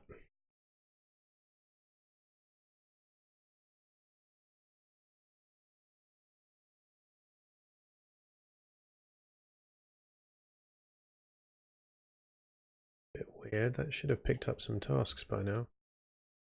It has. Okay, but the GUI's not quite ready to update us.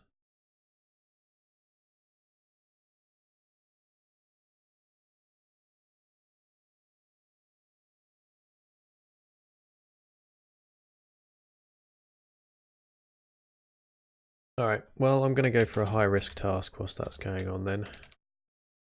So if I cd into compression and we run through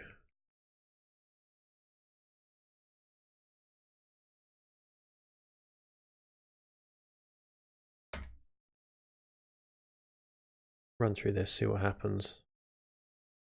I'm pretty sure the MCC not found. Why? That's amazing. So that means every now and then something is going and overwriting our environment variables. That's not cool.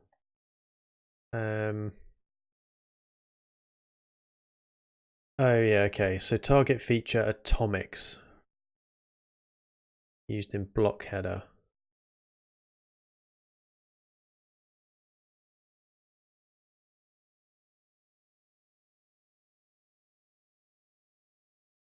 Alright, so I was just checking to see if somebody had posted a new suggestion, but to somebody else.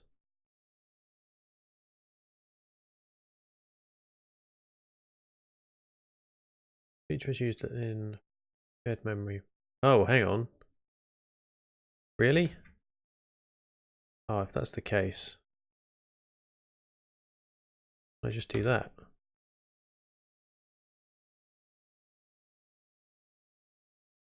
So shared memory must be used. Feature is used by a lone decoder, so shared memory must be used. Well, we tried. What if I specify it here? Unrecognized option, shared memory. Not that then.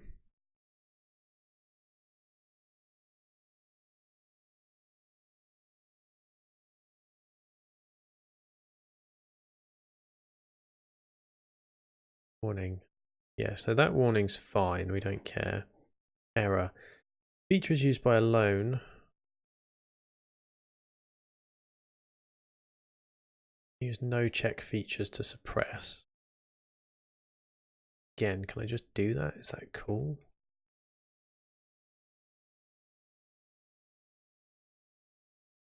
I feel like that has completely ignored me.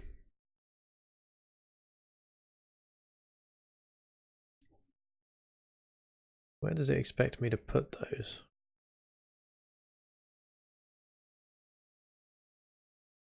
Not there.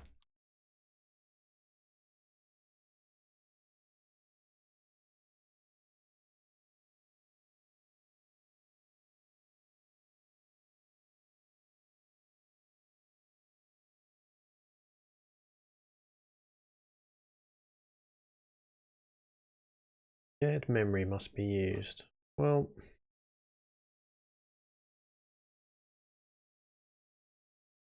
let's check that I'm using these correctly. So we've got a couple of options. The first one was to tack it on the end, which didn't do anything. The other thing is I could put it here.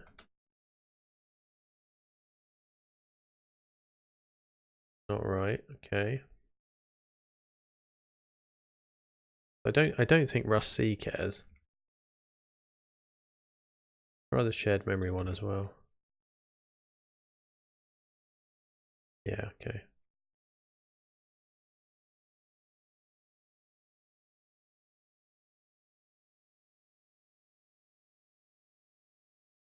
That makes no difference.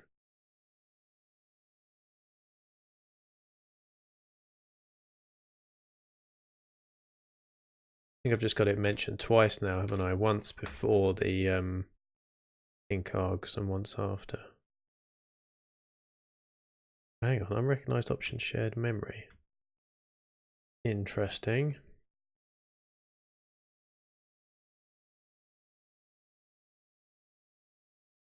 Let's have a look for that. Maybe there's a oh, this says computing now.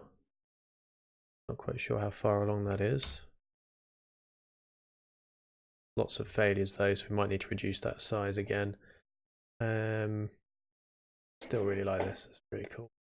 Rust compile wasm shared memory. Do I want to multi-thread? Not really. I think that will cause it to error, surely. I really don't like this aspect of DuckDuckGo. Oh, my sound's working. Thanks for the follow. That totally made me jump.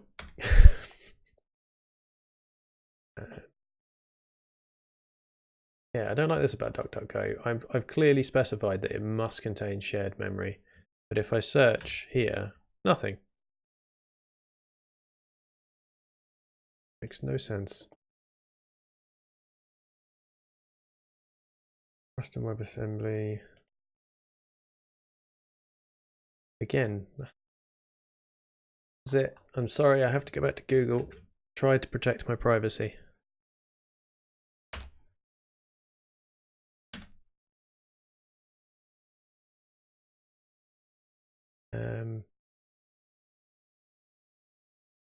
Even Google's doing it. Okay, maybe it's just a generic feature that, yeah, fair enough.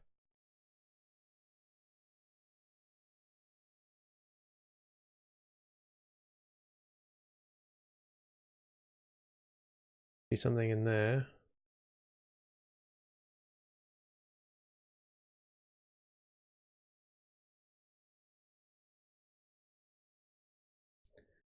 Change to LLD's. Okay, so landed last patch today. It should be backported and available on the LLVM9 release branch. Behavior of the linker is documented in the tool conventions. Passive segments will be omitted by default when you pass shared memory. All you have to do is call wasm init memory from your runtime before anything else happens. Don't quite follow. Don't see.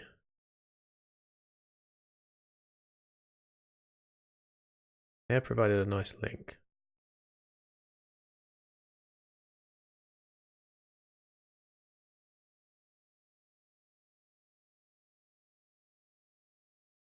Just hoping somewhere there's going to be an example of, hey, here's how to use it.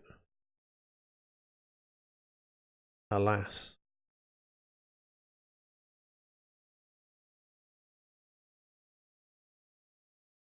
Okay, so not that.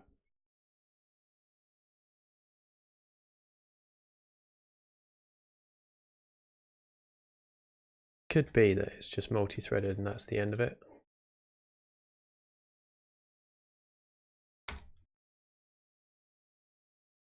Bunch starting, still don't know how well they're doing.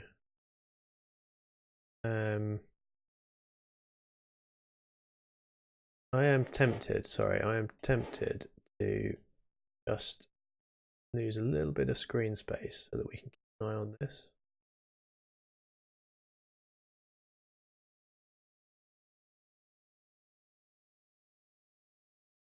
Cool. I think it was worth that real estate. I think it's worth keeping this over here.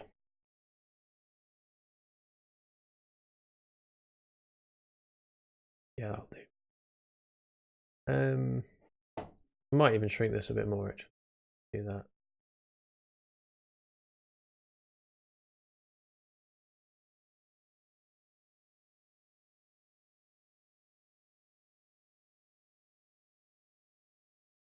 C link args. So I've put that inside of there. I don't think it should be.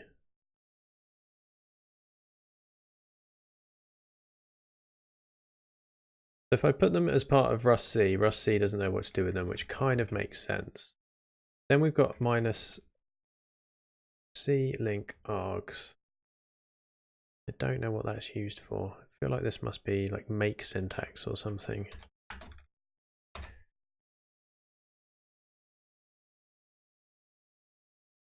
C directory. Change directory. Okay, is that what that's doing then? Changing directory, maybe. Doesn't specify a directory though. And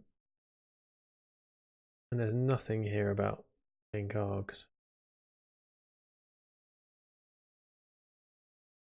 Maybe it's not CMake. Maybe it's maybe there's another binary I'm thinking of. Off chance, anyone watching that's good at compiling stuff?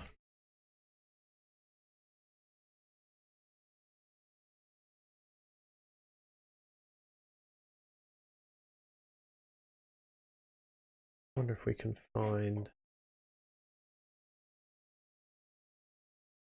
That sounds cool. So we're in the chip A emulator with Rust.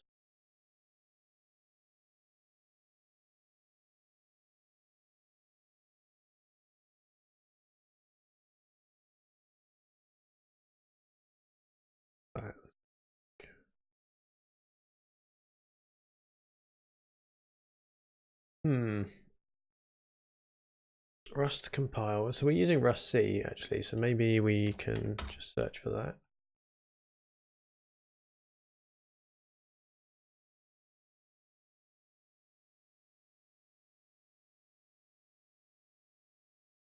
Without shimmer measures.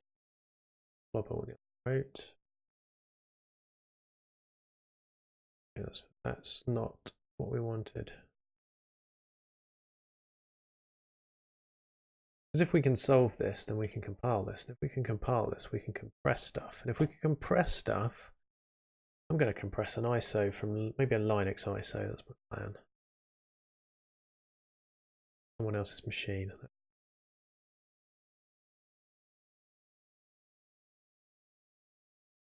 Okay, what if we just have some silliness? What if I do -- help and pass that in as an argument?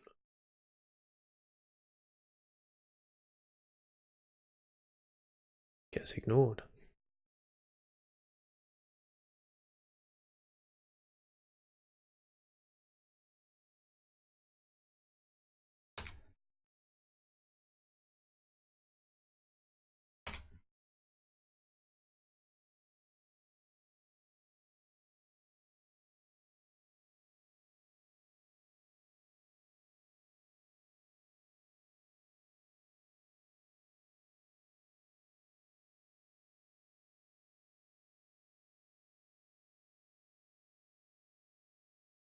I'm hopeful. I'm hopeful that this will give us some useful output. Then we'll know a bit more than we did. And if this doesn't work, then I'm going to put that dash dash help at the end. Really? Hang on. That compiled?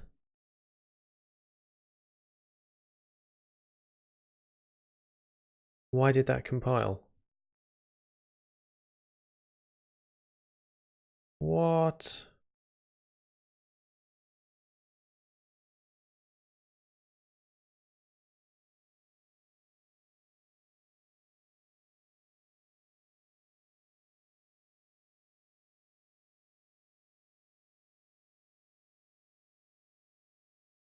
Did we? Okay, how does that mean we now have a...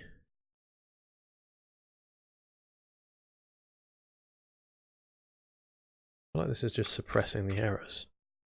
It probably didn't build. I don't think I'll have anything to copy. Yeah, can't stat.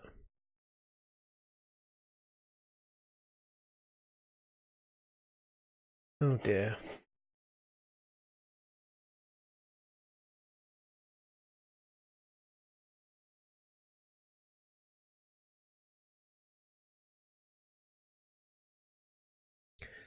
Do believe we might have a bot in the chat.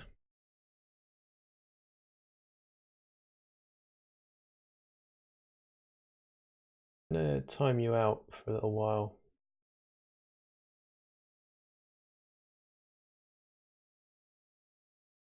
There you go, you've been timed out for 5 minutes. So I think you're a bot.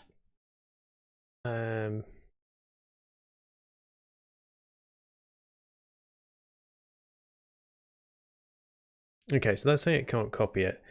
That, I think, proves the point that it's just suppressing.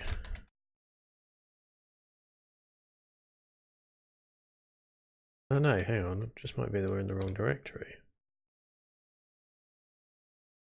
Okay, so if I cd to in, then I run that. No way, has that actually worked? No, it hasn't. Partially worked, okay. So me adding help on here is just causing it to completely suppress that error. That is so weird, but also probably not that weird. Add help on the end. So what's this help for? That's Rust C usage. But I wouldn't have expected that. The reason I wouldn't have expected that is I thought everything after dash dash got passed directly to... Oh, maybe it does get passed directly to Rust C.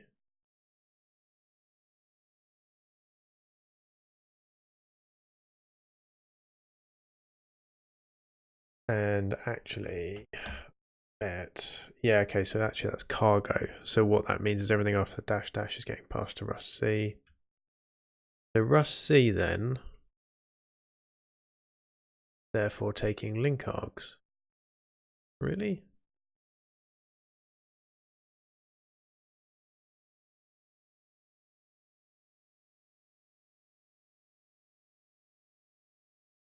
Rust C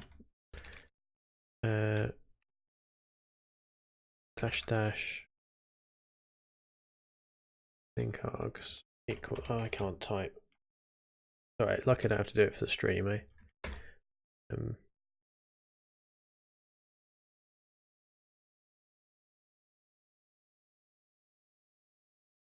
I'm amazed. Just ignored everything I had to write there. Oh, it didn't. It interpreted it in a way I was not expecting.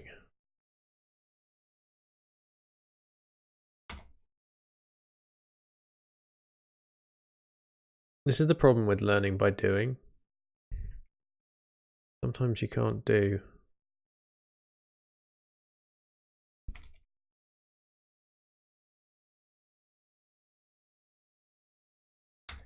What is link? I'd love to know what link args is actually being passed to.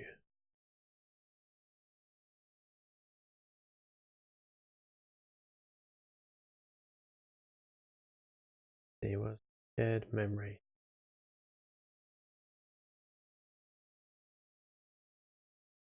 Always comes back to threading. Can I turn off multi-threading? Rust C WASM.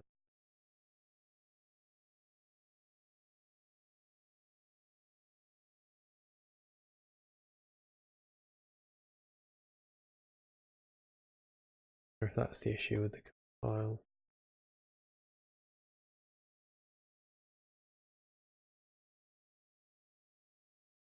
None of that's very helpful. Okay, let's read this again. EMCC warning, fine.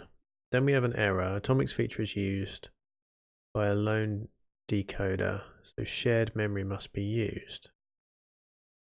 That's fine, but how do I pass that?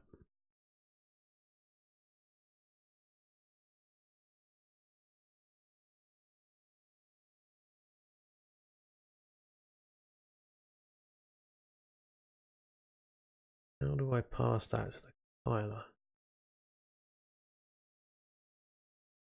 How our job's doing. Check.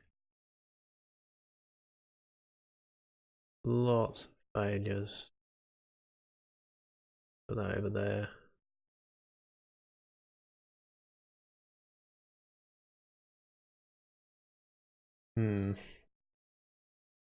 This will eventually click, but at the moment it's not.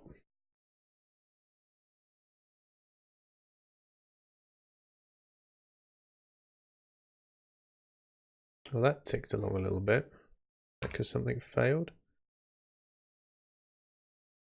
Yeah, all three of those went into failure state. So the fact that that's failing probably means go to task.json. 20-minute timeout. Maybe they started after 3 minutes. We could make this even more, or even simpler.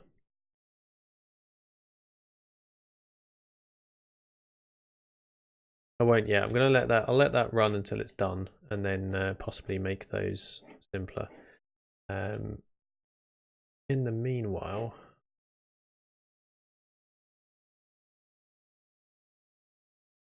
we change in that. Oh yeah, fine. What we actually care about is this one.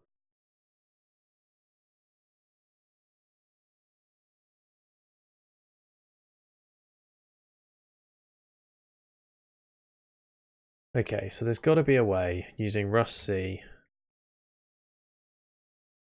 passing Rust C arguments compiler. There's got to be something I'm missing.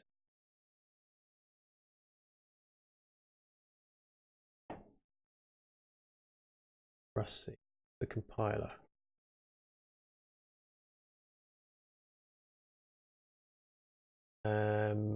One-line arguments. Yeah, that's what we want. Configure the compilation environment.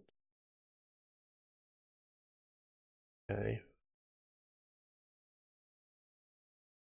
Stretch to search path.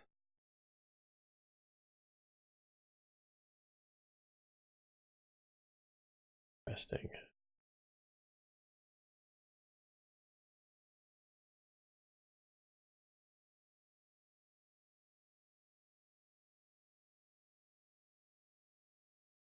Interesting. So I could specify.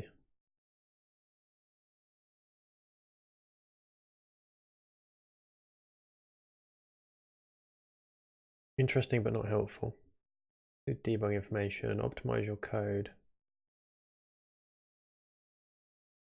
-c ops level equals 2. I've got a theory. What if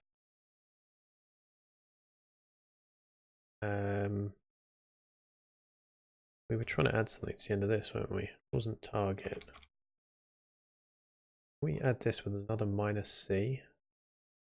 Where was it? There, shared memory.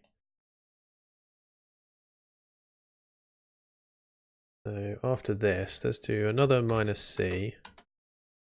Then simply that. Unknown code gen option, shared memory. Okay. That was not what I was hopeful for. Set lint warnings. Code gen options. Cool. Flag lets you append a single extra argument. The linker invocation. Arg. So we got link arg or link args? We are link args, plural. This flag lets you append multiple extra arguments to the linker invocation. The option should be separated by spaces. Well, that's what we're doing. So I thought we were passing -s. That seems to make absolutely no difference.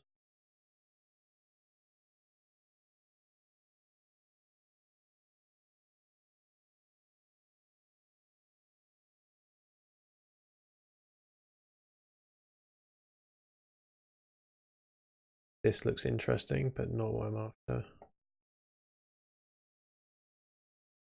Feature passes. Flag can be used to pass the list of arguments directly to LLVM. I mean, it could be that. Seems unlikely. Flash, I don't know what I'm talking about, so it could be that.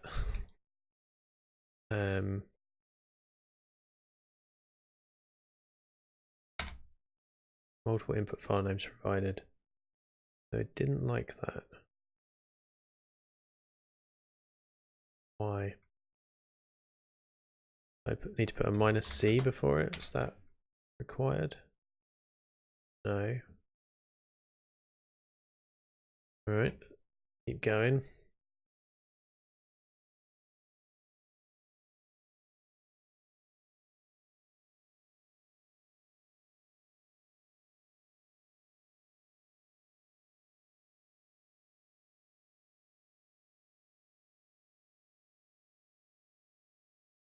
What's the red zone? Fixed size area in a function stack frame beyond the current stack pointer. Yeah, I don't think that's our current problem. And that's not nearly as exciting as I hoped it was. People are annoyed. I thought they're getting there. You know, that's when you're in the red zone.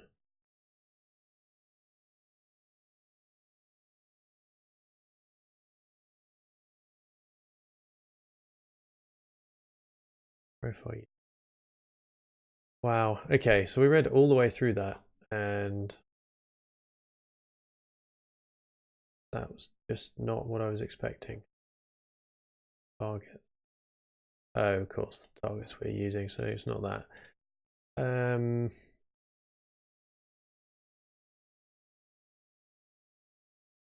did we go before code jump? It wasn't. Oh, it's Rust.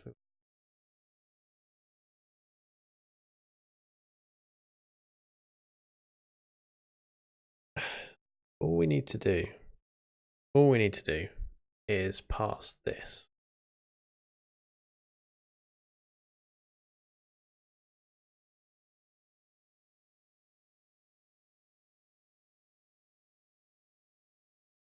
I wonder. I mean, it can't hurt to visit there. Yeah, it's fine. I trust the link.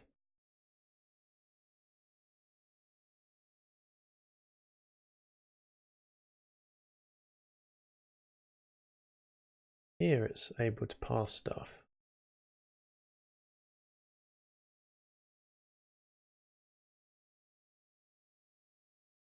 So, okay, dash shared memory. What if I just call that shared memory 2? Because that's not a thing, right? That's just noise. Make any difference?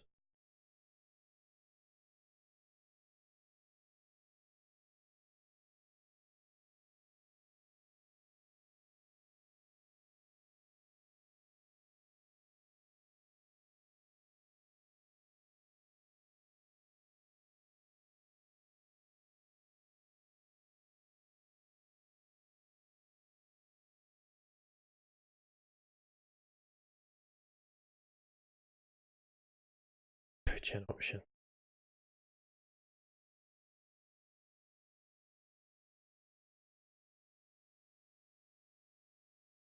I didn't think that was what I had.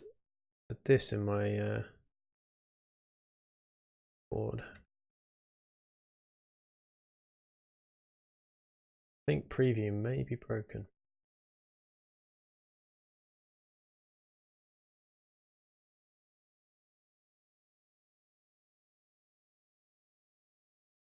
Ignore dynamic. Tells the compiler to ignore dynamic linking. The user will need to manually link to the shared libraries later on. All right. Let's at least see if this gives us a different error. I could do with a different error. Any other error would be cool.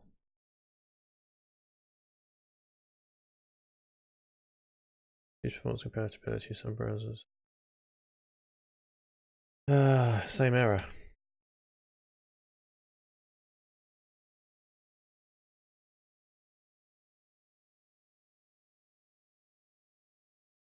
Same error.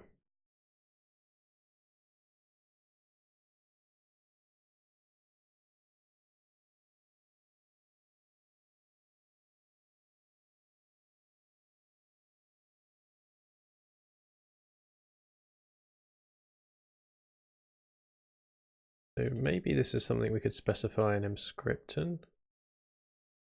What's in there, I wonder? And where is that? That's probably our home folder, right? Binary, Node.js, compiler engine. These are just places and engines. I was hoping for more than that. Current variable em config is first read for this location.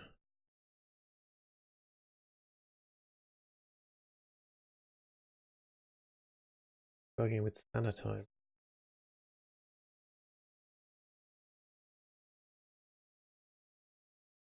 All right. Okay. It's time for another drink.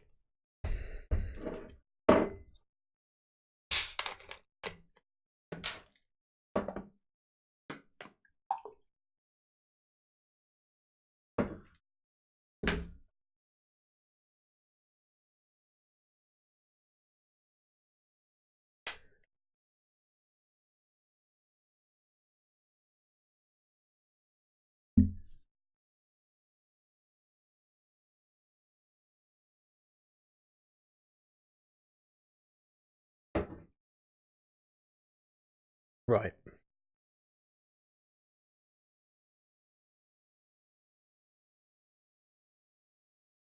Thinking with the MCC failed.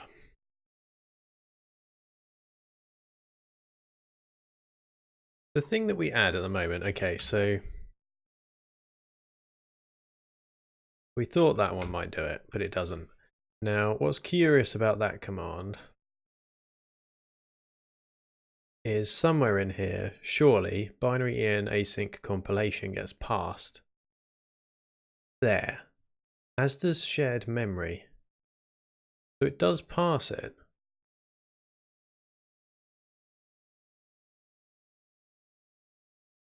It then just ignores it. Or it's not passing it to the right place.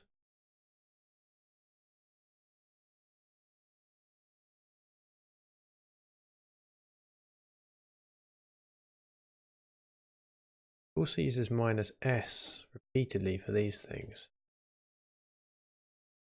Maybe we should be using a -s as well.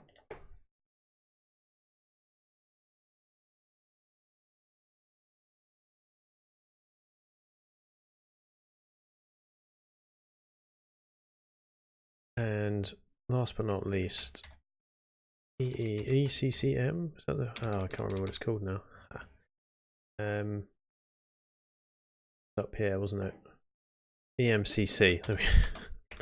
nearly got it right. Is this what we're passing to? Flags pass to clang to compile source.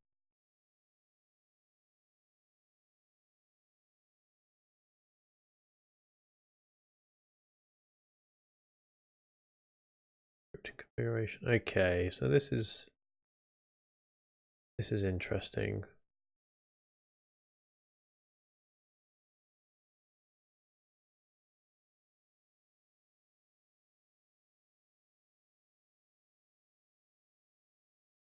What's the compile? I mean, so yeah, that's a thing. minus S a thing? LVM.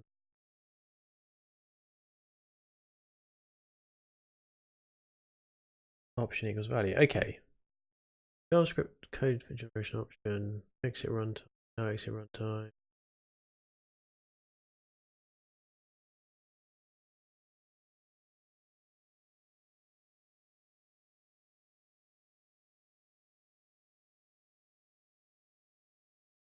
Okay, so it looks like it's just completely ignoring what we're asking it to do.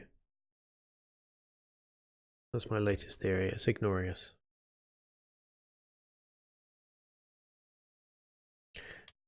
Alright, cargo clean. One more try.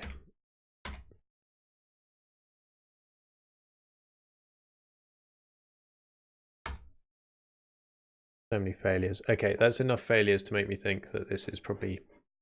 Sorry, let's switch to something else for a second. Whilst that's building. Drop that to 5. And we can kill off this task.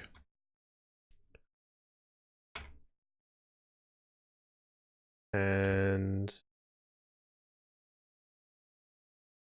kick off another one. Off another one.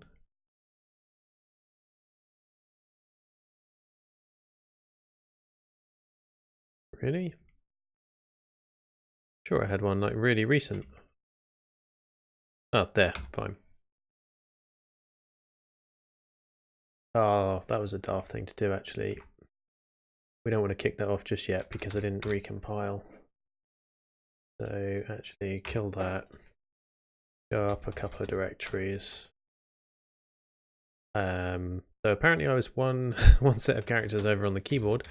Go up a couple of directories. And no, it's not prime because it's MB5.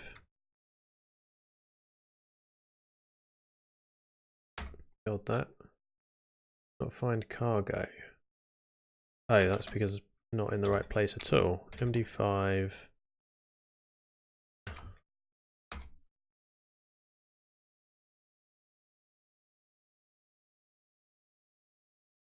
Cool, that'll build. And now that's built, we set a new task going.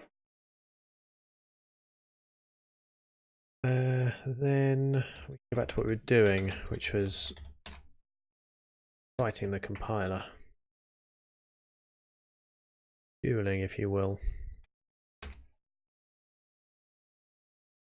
Although a dueling suggests that there's some chance that I'm, this is somehow a match, but very much not.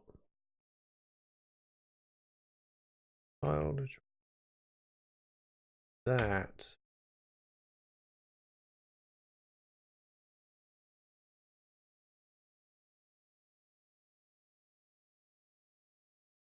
I think it's just ignoring it.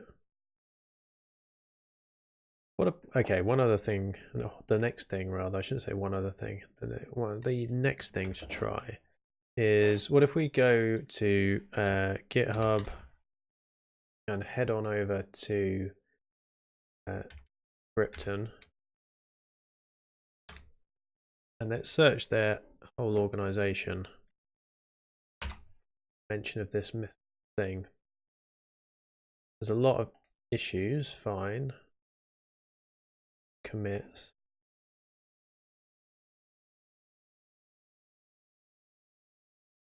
Okay, what if I do a better search? Not unreasonable, is it? That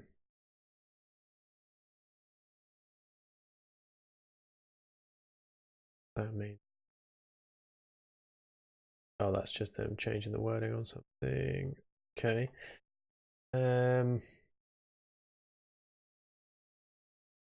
Check the other page just in case.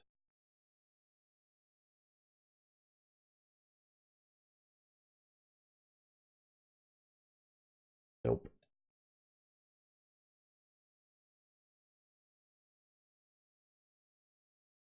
That looks interesting.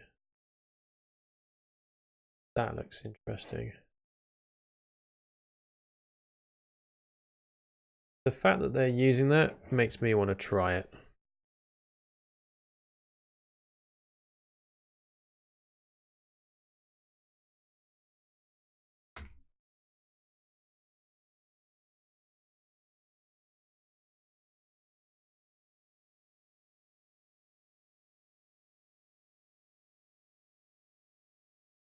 Didn't seem to do anything. Well, it may well have done exactly what it was intended to do, but it didn't change anything for us. The other thing we could try is use p-threads. Although I think that'll come up with a different error again.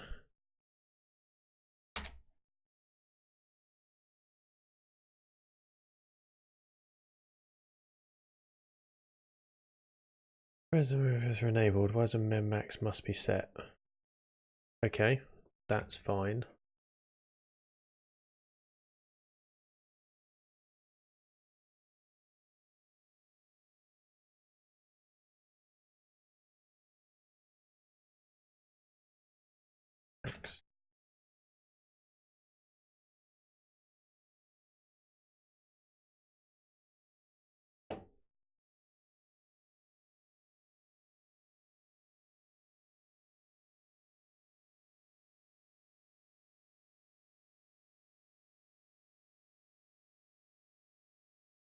You know what? I wonder, given that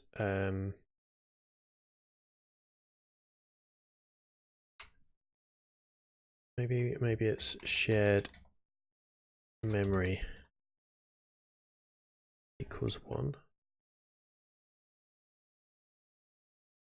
You mean one of unaligned memory, safe split memory, or total memory?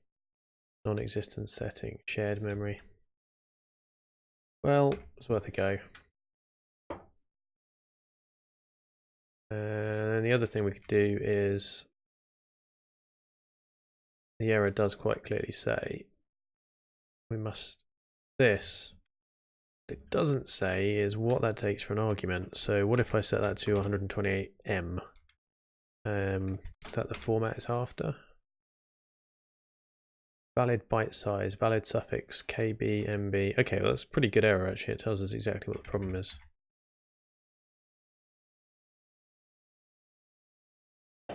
Well, this is doing nothing here. That may not be true actually. It's probably doing something, but again, we keep saying, oof, I nearly did an abort. I don't want to do that. I want to do subtasks. And this.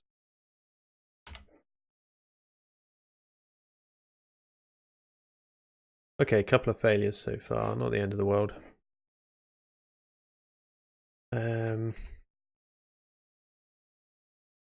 Okay, why did we error this time?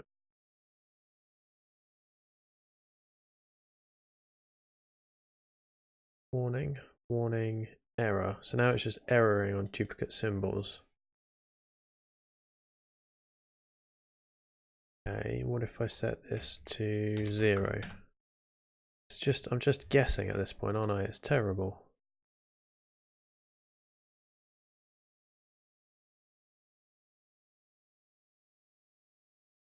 What was the previous error again? Sorry. So that was saying duplicate symbol. So now it gets upset because they're in multiple places. I feel like I can't really win with this. Shared error. Use error limit 0 to see all errors. I mean, I'd be totally happy to do that, but reckon if I add it, it will just be ignored.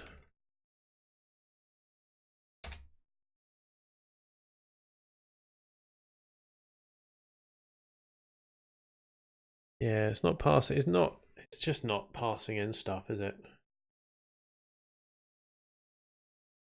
No idea why.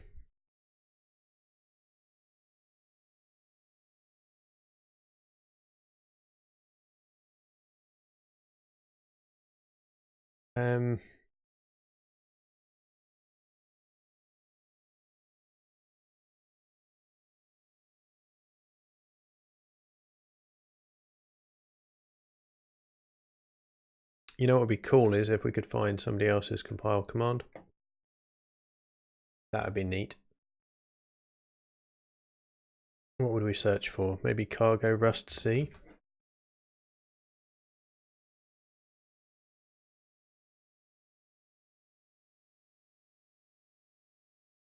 That was mine. I'm getting desperate at this point. I'm checking them all. Right, I'm checking every single one.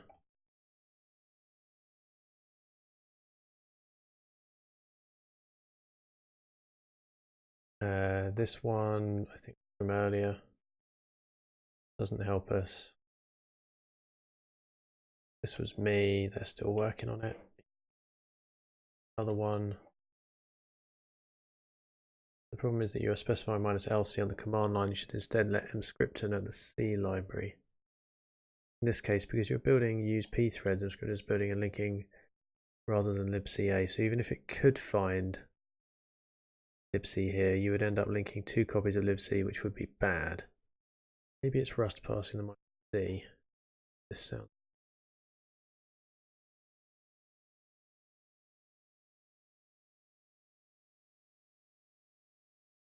So in their case,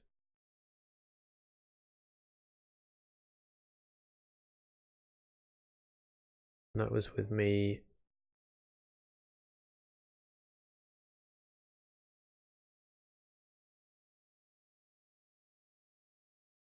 doing async compilation and use pthreads. That was it. I'm going to come back to that one. Hang on a second, I opened it twice.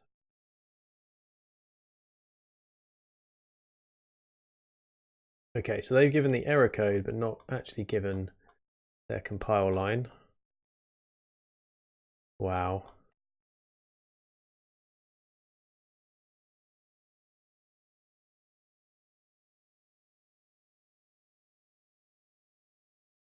Additional debug lines cause the code to execute as expected.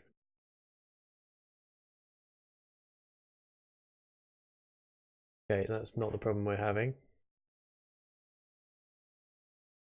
Well, that's interesting. Specify an output file.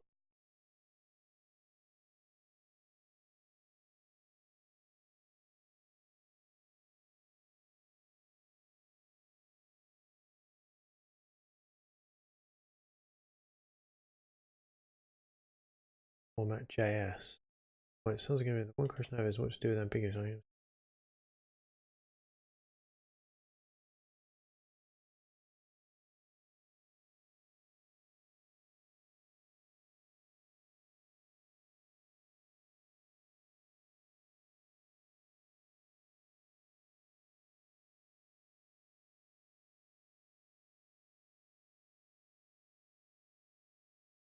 This might be useful if nothing else.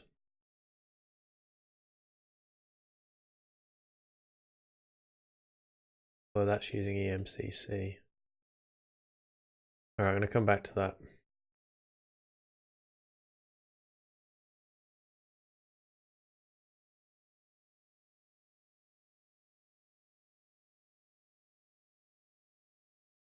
When I change the optimization level to 1 or 2, everything returned to normal. Yeah, you know what? We could set an optimization level to 0. Completely within our ability. Whether it will be totally ignored, of course, is... I think we do that.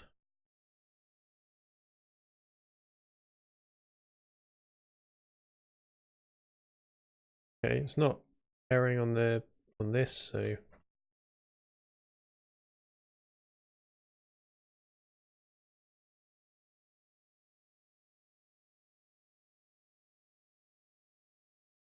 within the fast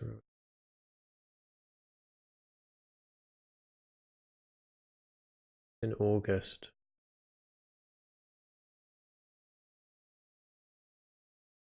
If they set an optimization level to 1 or 2, let's give it a whirl. Just in case it randomly starts working. Nope.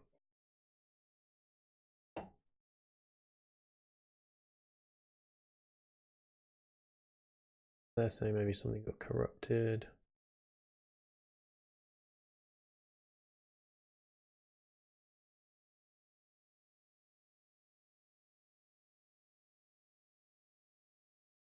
And then they never came back to it. Okay, fine.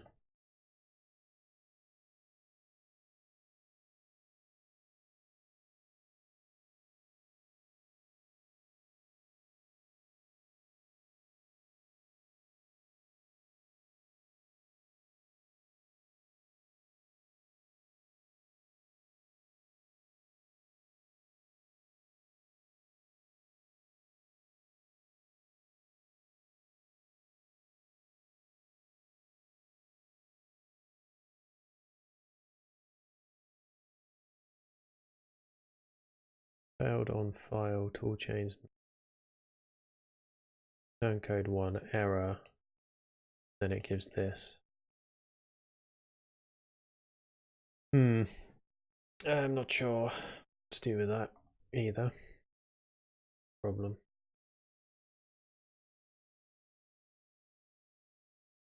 This is the unglamorous part of coding, right? This is the point. This is the point everyone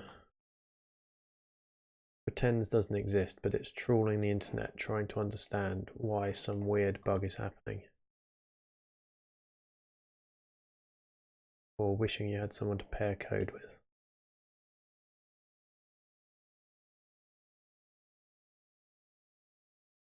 I guess then maybe there'd be two people just banging their heads against this. I don't think I followed any of that, so I was just reading through that. None of that. Quite a lot of out. That's extracting some archives. Simple not found. That's a different error again. In their case, they're specifying main.rs. They are using Rust C directly, whereas we're using cargo. What if we weren't using cargo? Unrecognized option release. Alright, fair enough. So let's get rid of release.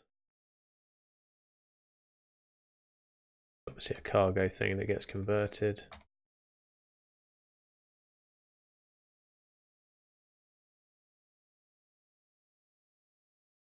So it's expecting. Can't we just give it main.rs? Multiple input file names. First two file names are main.rs and -c. Really?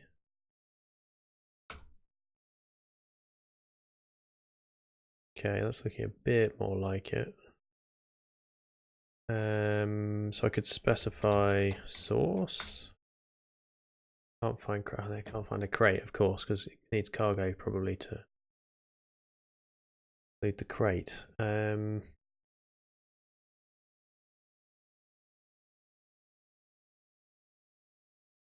That becomes a whole new kind of error.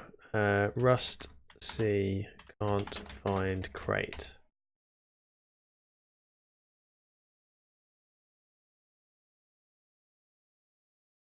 Now you've got a cargo toml file.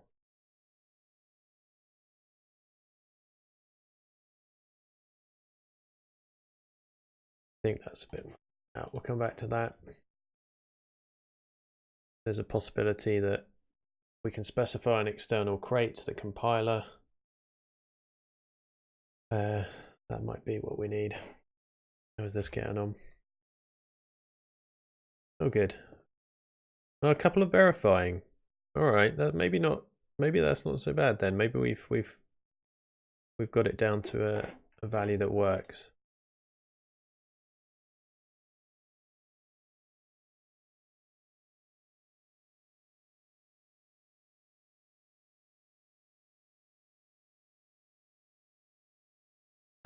.js library. Probably not this.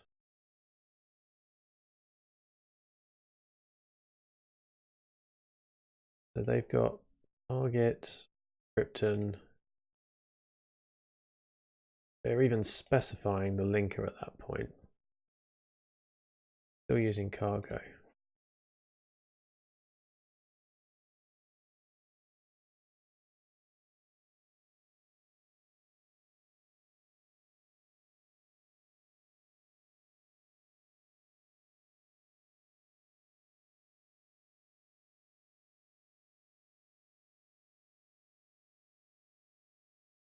Okay, so use pthreads doesn't necessarily need to go in there. Was that still in there?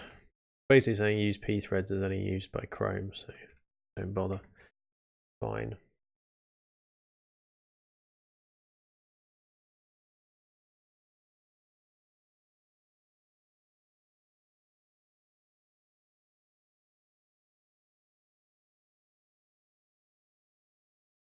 Looks like that bot's disappeared.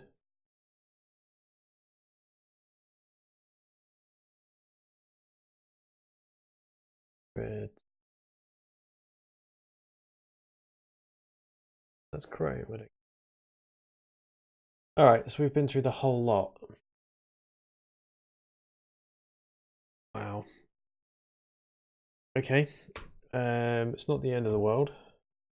This might be the end of that particular task for now.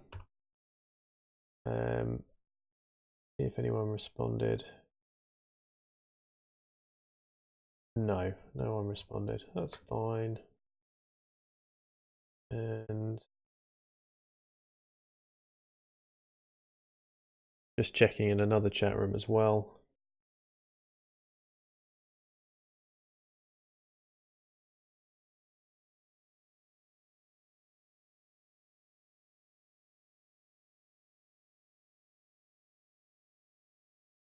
Nope.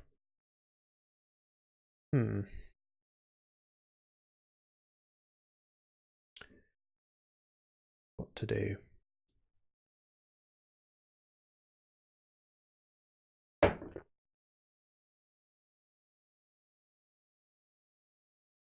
Oh, I'm just refreshing something over here.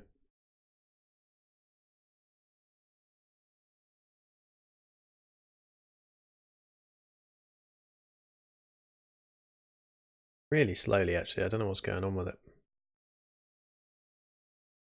Wi-Fi's having a moment.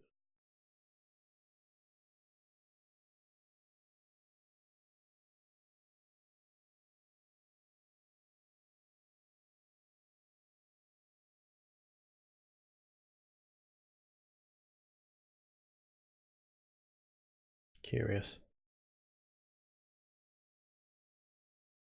You know what? I think. Hey, root operator, how's it going? Oh, look, things are immediately turning around. We've actually got this finished now. So although we can't get this compiling.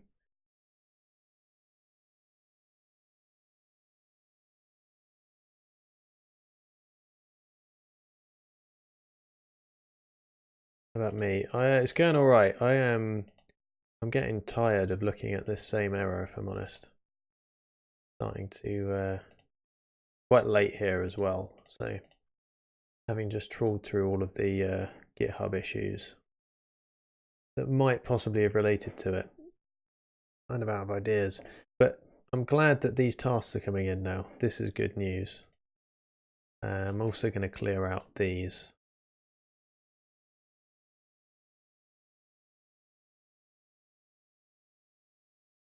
No, as the new ones come in.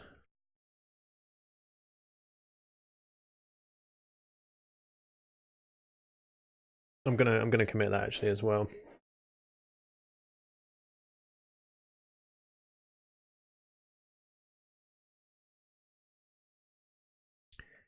Commit. Go up a couple of these. One of those. Yep. What?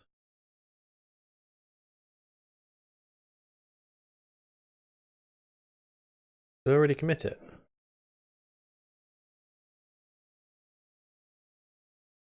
What am I working on? So there's a couple of different things going on at the same time. So there's 3 different tasks here. One of them is a prime checker, which works fine. And what we're doing is we're using the Golem distributed computing network to compute these tasks. So we write in Rust, compile to WebAssembly, and then fire off a task, which sends the WebAssembly task off into cloud. Seems like the wrong term for it, but the distributed Golem network. A bunch of people's computers crunch those tasks and then spit back the answers. The theory, right? And then you end up with these. So you end up in these out folders with 7 is prime, 901 is prime, 15304 is not prime. So that one works. I mean, that was just a simple kind of proof of concept. The MD5 recursion one's a bit more interesting. That's trying to match a string. I'll show you that one. main.rs. So that's trying to calculate the hash of this string, but put the hash in the string as much as possible, trying to get, I think it's aiming for 10 characters. So the hash of the string will match the first 10 characters at least of this string with the hash inside it. That one's just like a vanity project of mine. But it's quite computer intensive, so it's good for the Golem. Good for using, or it's good. Golem is good for crunching that one. And compression is the one I'm stuck on. What I really want to do is be able to compress stuff on the Golem network or using the Golem network, but I can't currently compile anything using the LZMA library, which is like this 7-zip compression. That is the one I'm stuck on.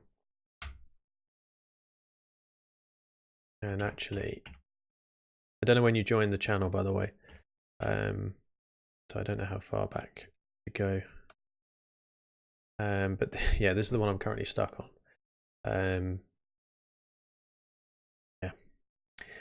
Yeah. I mean, it's pretty more interesting when you're not watching somebody over and over again go over the same error. So that's what I was just thinking about, doing something else for a bit.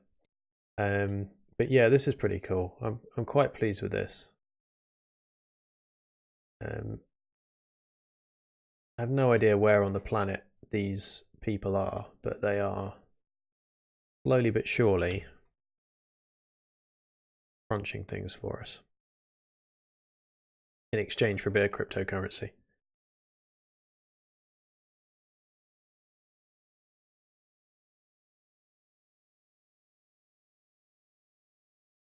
How about yourself? What sort of things are you interested in?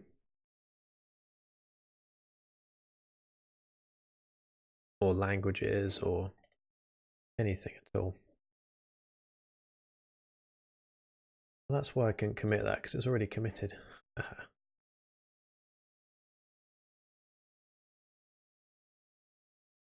Push those up.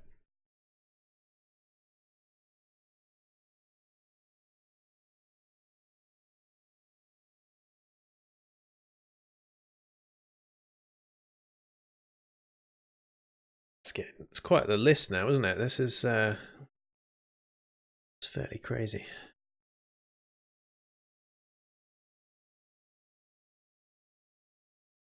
Low-level stuff and cybersecurity. Cool. What sort of cybersecurity? Like pen testing, or and then yeah, what kind of pen testing, if pen testing?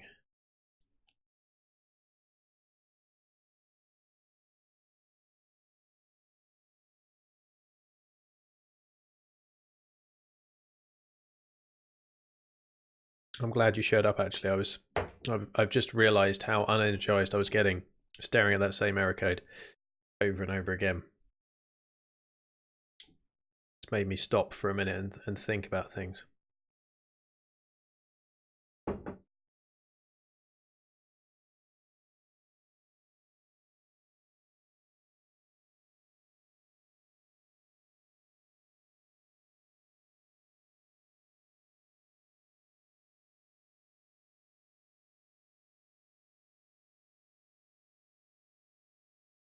A bit of everything. A generalist.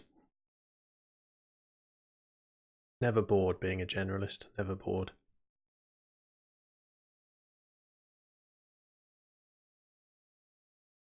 Cool thing.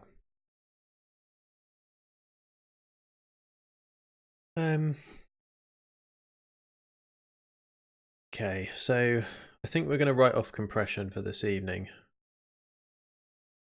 I have tried everything to get that to compile. The MD5 recursion stuff is slowly crunching.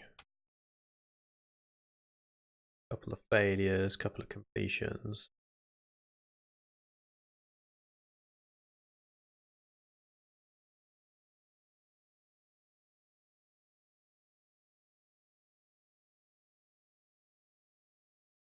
Bit of luck and we might actually get the answer today. That's the other thing. So setting the difficulty up to 10. It's pretty, that is actually pretty challenging, trying to get the first 10 characters of a hash.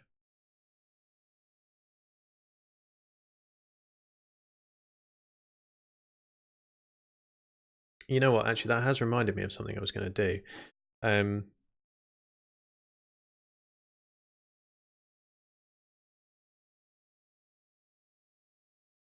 If we have a look at the Travis file, sorry, of this other project, I'm pretty sure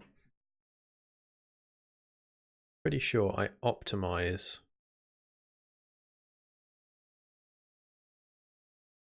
Yeah, that was it. This wasm opt thing. I think we can get more speed out of these builds.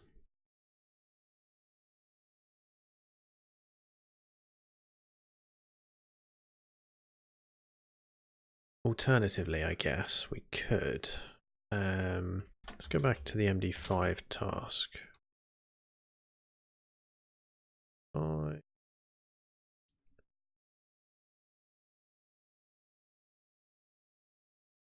And have a look at this.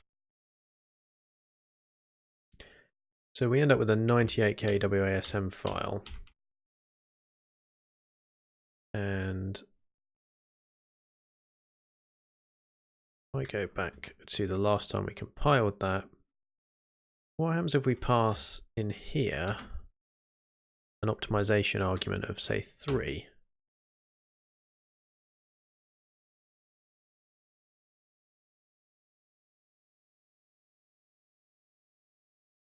So it is still a 98k file. It seems unlikely that it's applying that optimization. That was a shame. That would have been a quick win. That would have been a very quick win. Are we using WSL? Yeah, it's pretty good. Occasional bug. Seem to run into mostly issues with folders just suddenly not being writable anymore. No idea why. So I end up having to close down, say, VS Code. How about yourself? WSL fan?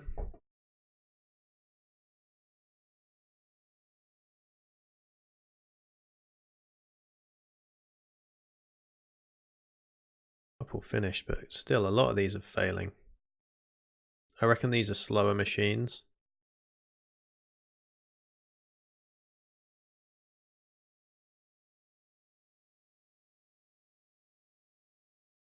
You're on Linux totally, yeah. Yeah, I do wonder if I should make that jump. I did it a number of years ago and then I ended up having to switch back for work and then never went back. But things have probably changed so much. Nothing else, the version numbers have incremented on Ubuntu significantly.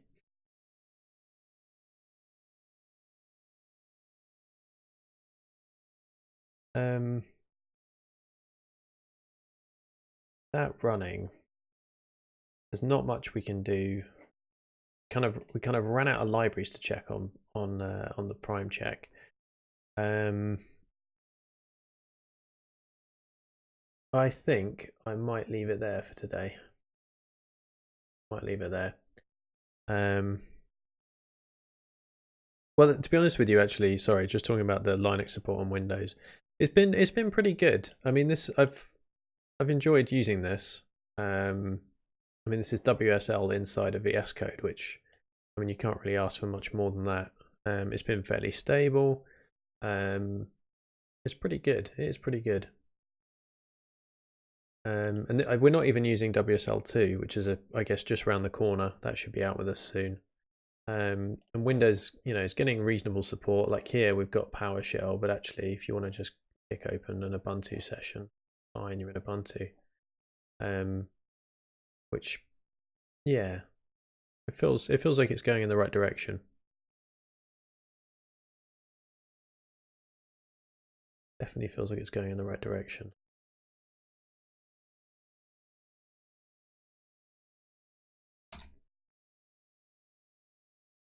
Okay, we might have another two. Those are on verifying. We might have another two that are going to complete.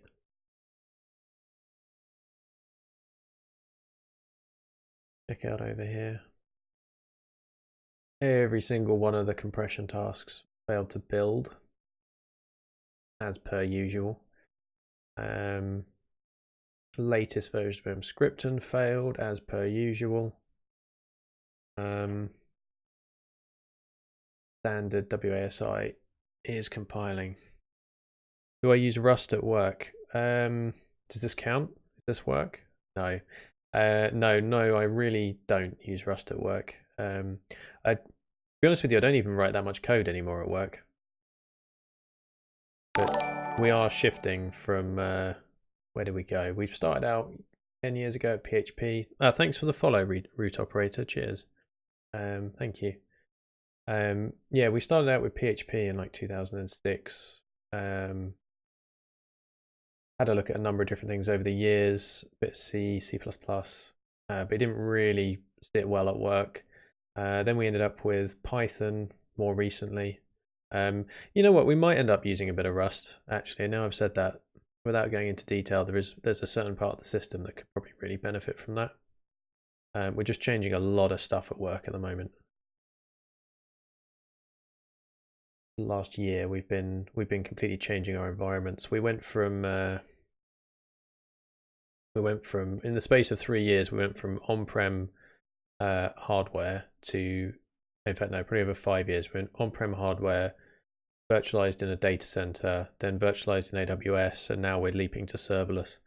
But Rust on serverless looks pretty cool as well. And yeah, everything in my personal world, I think, has probably been converted, or is being converted, to Rust if it hasn't already. We have a look at some of these. We have a look at here. Go to the local repos. We will just see. Yeah, Rust, bit of JavaScript, bit of PowerShell. Yeah, of course. Lots of Rust. How about yourself? Are you using Rust at work? There's not many people that get to use Rust at work. I guess it'd be a bigger and bigger thing as time goes on, because I really like the language. Really, really like it.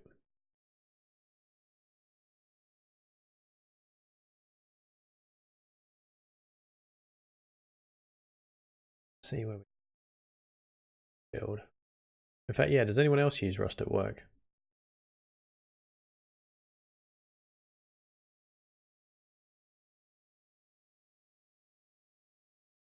Hey, the only reason I got all these tabs open is because I was trying to debug an error, right? And to be actually, no, you're right. Only these four relate to that error, and this one, and this one. I'm gonna move this. Everything right of this build page relates to that error.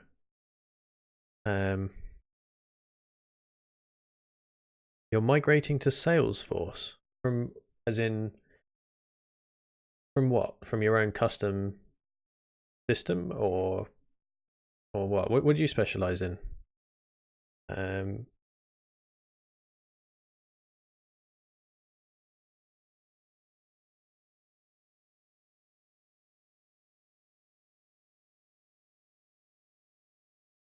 Hey, Beige. Is that Beige? Algae. Sorry. How's it going?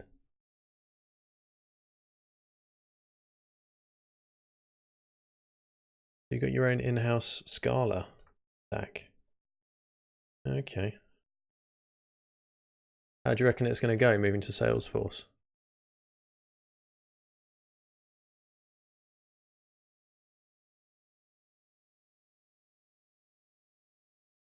What are we working on in general? What, on this stream or just in my life? What's the context? Tell you about this stream if you want.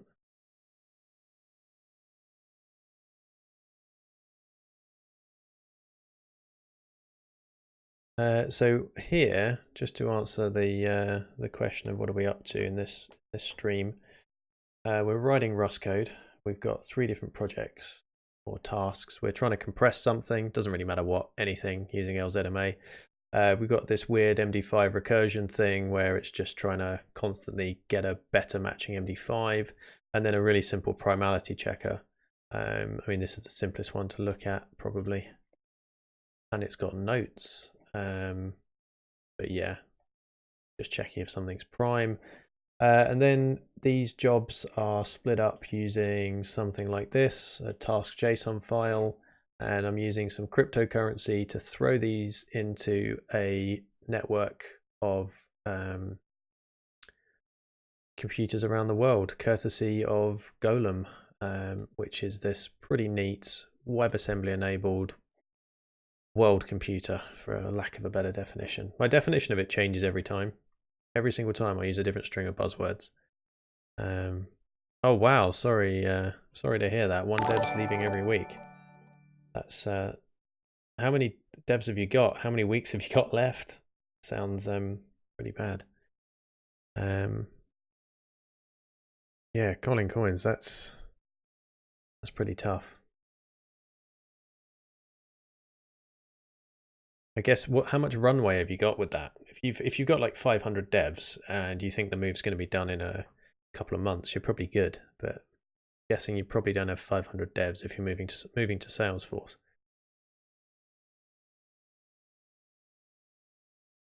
And hang on a second, I have more questions. How are you moving to Salesforce? Is that through internal hires or is that an external thing? This doing. Cheers for the follow. Thank you.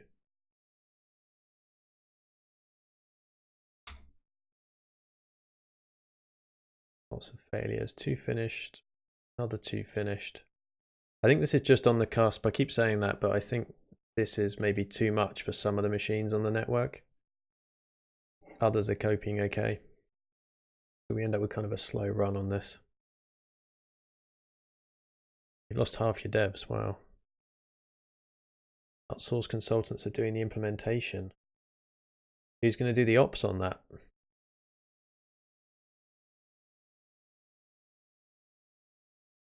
We've lost something. What have we lost? We lost this. Last good build. Well, good is definitely a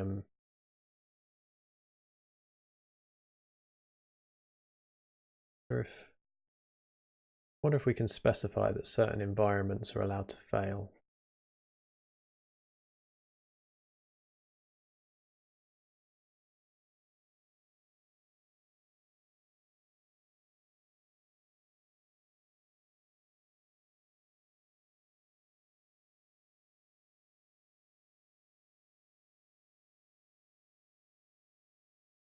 Wow, that's quite a sharp timeline, isn't it?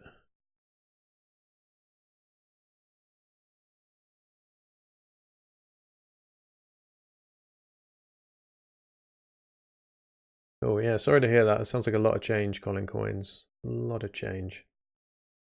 No pun intended.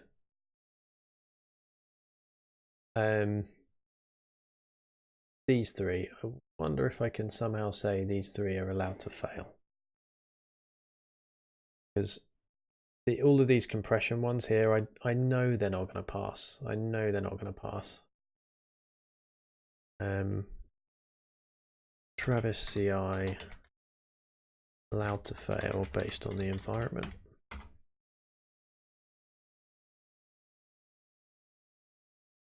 Yeah, they've got a similar problem to us.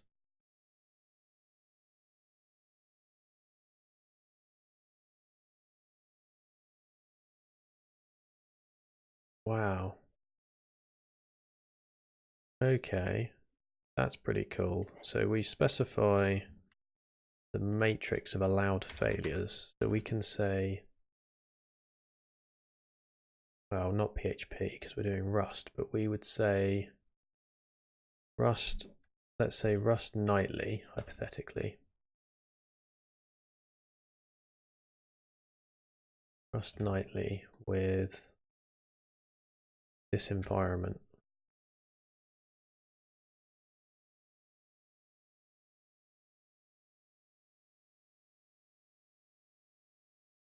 No, okay, let's do all three. Let's do all three. I wonder, does it allow me to, do I have to specify every single one? I have like an array of arrays. By that, what I mean is, can I specify that? And is anyone else going to let me get away with that? There's a deliberate mistake on the page. It's not deliberate, but it's definitely a mistake. There it is.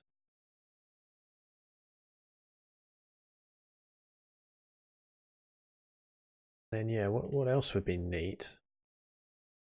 If I can specify,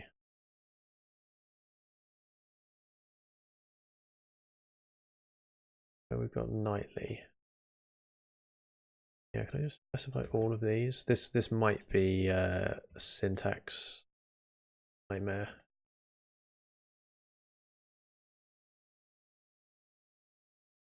Try that. Get status. Cheers, root operator. Catch you again. I'm on reasonably regularly. Not always this late though, so have a good one. Nice chatting. You genuinely stopped me from ending the stream. Actually, I was nearly there with that error, and then you started chatting, and I thought, no, keep going. It's worked out pretty good. How failures? Right. Trying to do. Oh yeah, I'm trying to commit this.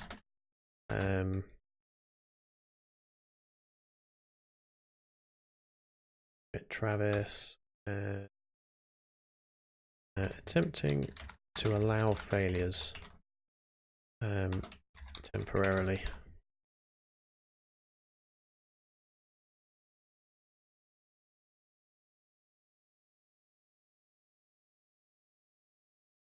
See what we end up with. Yeah, it's a good. That's solid advice. Go and brew something at the kettle. You know, get a coffee, get a tea, and come back to it. That's solid advice.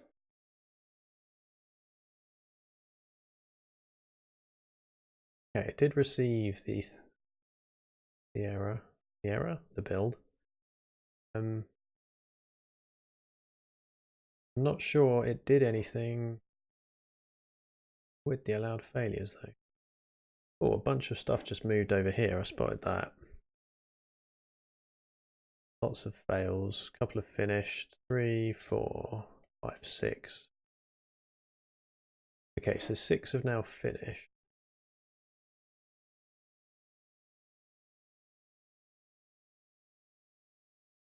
How many subtasks did we have? And we only had 5. Yeah, but it's probably running them all twice for verification, right? So that would be another 4 to go. So as soon as another of these 4, the fact that that says verifying and that says verifying, or it might just about finish inside of the hour timeout.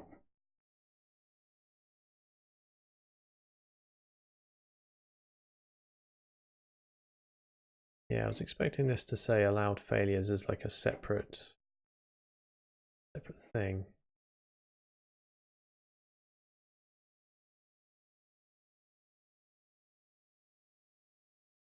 Vote on array, but in both cases it must be a perfect match. So if you want your build, the whole environment key whole environment key and the PHP version. Well, we did that. We definitely did that. Just to check. Yeah, these. Let's have a look. Travis CI allowed failures. This time I'll have a look in the manual because I kind of want to see this. I want to like a screenshot of it. That'd be nice. Fast finishing builds. Sure.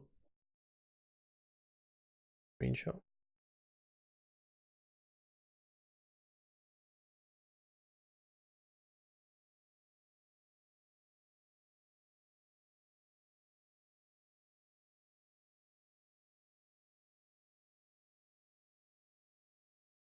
Jobs.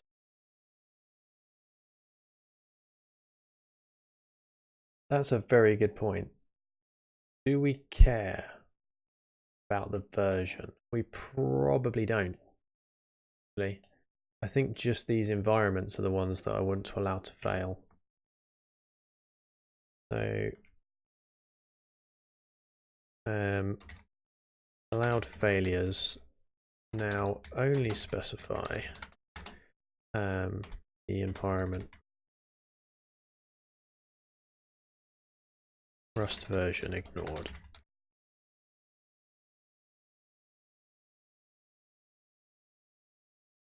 Push that up. And rather than let all of this run and eat through Travis's resources, kill them all. See what number 26 looks. It looks the same.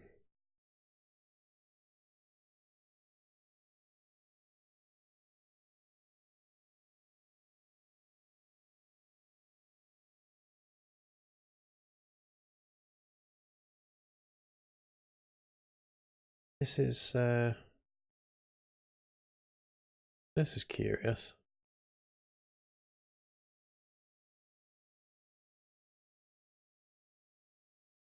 They got multiple build comp. Oh, I see. It's just doing it in a different version. One is YAML and one is JSON, I guess.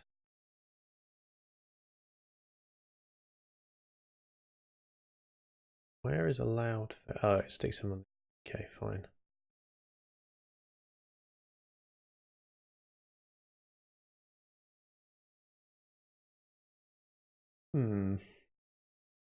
Quite what I was expecting. I'm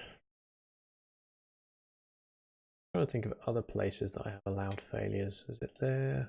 Look at there. And why not there?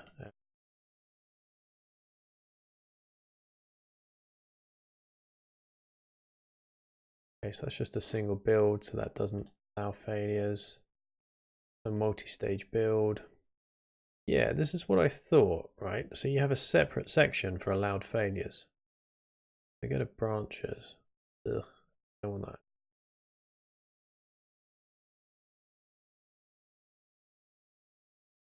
View the config.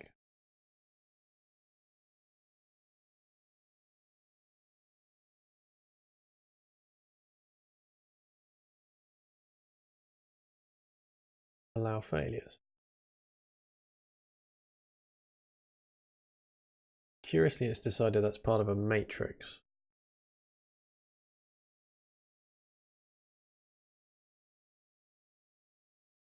Or why failures PHP. What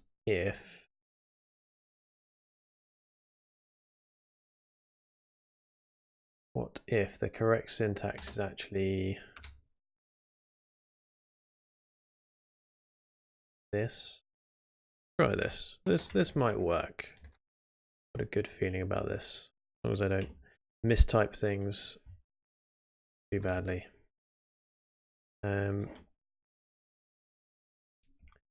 Commit modified allow failures syntax as it was not working. That is entirely true. Try that.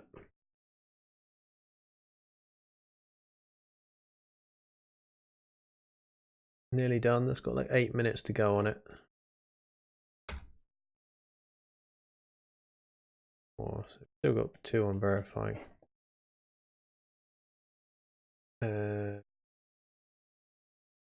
What else have we got? So this is just a single build, right? Seriously, that's using matrix as well. Cancel this build. Back up to 27. Still don't have allowed failures. So the last thing to try before I call it is matrix. So then we end up with basic. YAML's very particular about its spaces. Yeah, I think we're good. Syntax tempt syntax fix tempted again for allowed failures. Fix that. Push that up.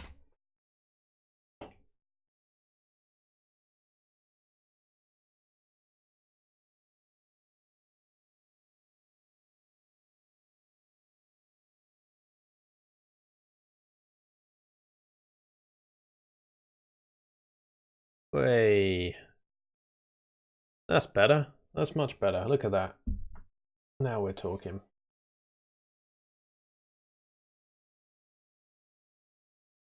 That's much.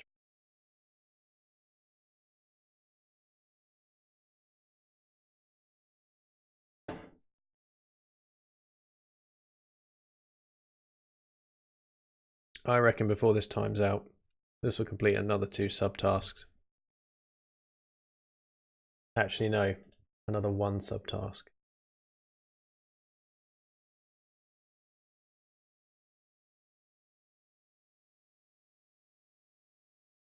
Get rid of that. Yeah, okay, that came back, but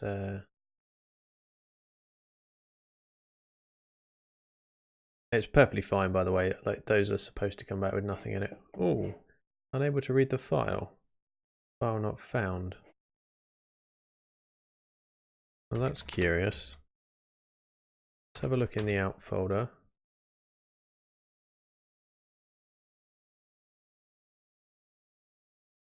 Subtask 4 has something in it.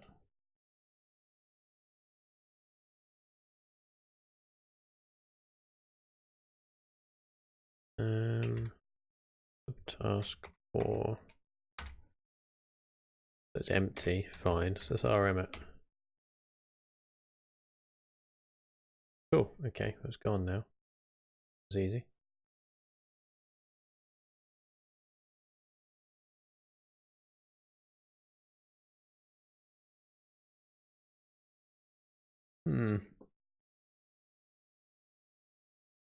I'm pretty pleased that we've got this in. That's genuinely a good sign.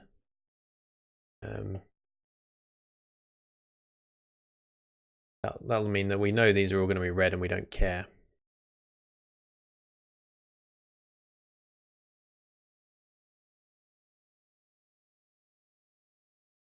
Whereas all of these mostly should be green.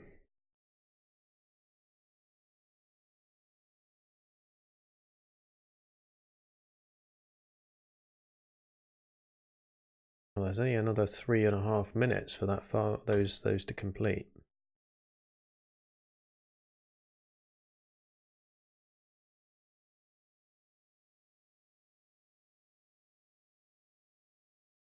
Yeah, latest emscripten.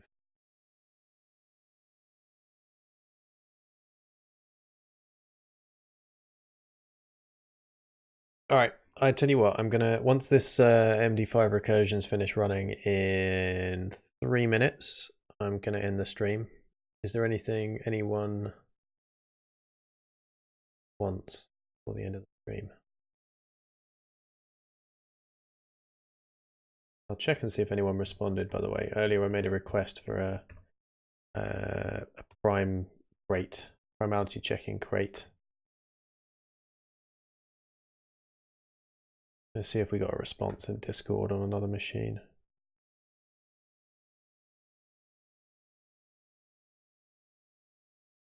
That'd be a no.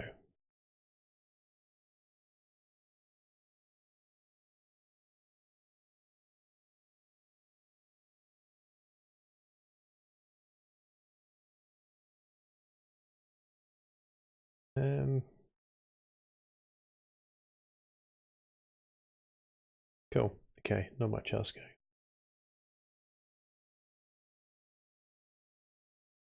What are we down to? 2 minutes. Are these going to come in the next 2 minutes? Still verifying, still verifying.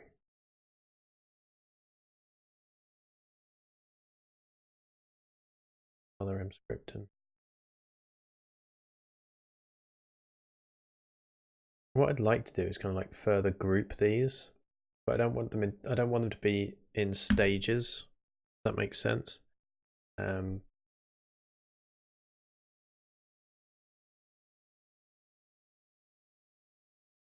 Definitely think the allowed failures are going to be at the end of its queue, but that's okay.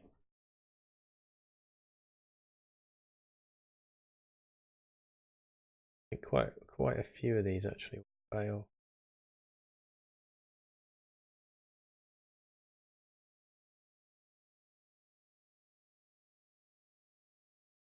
Sorry, I clicked on that because I wondered if I could get more info on the chip, but seemingly not. All right, we're in our final minute now. These are still verifying.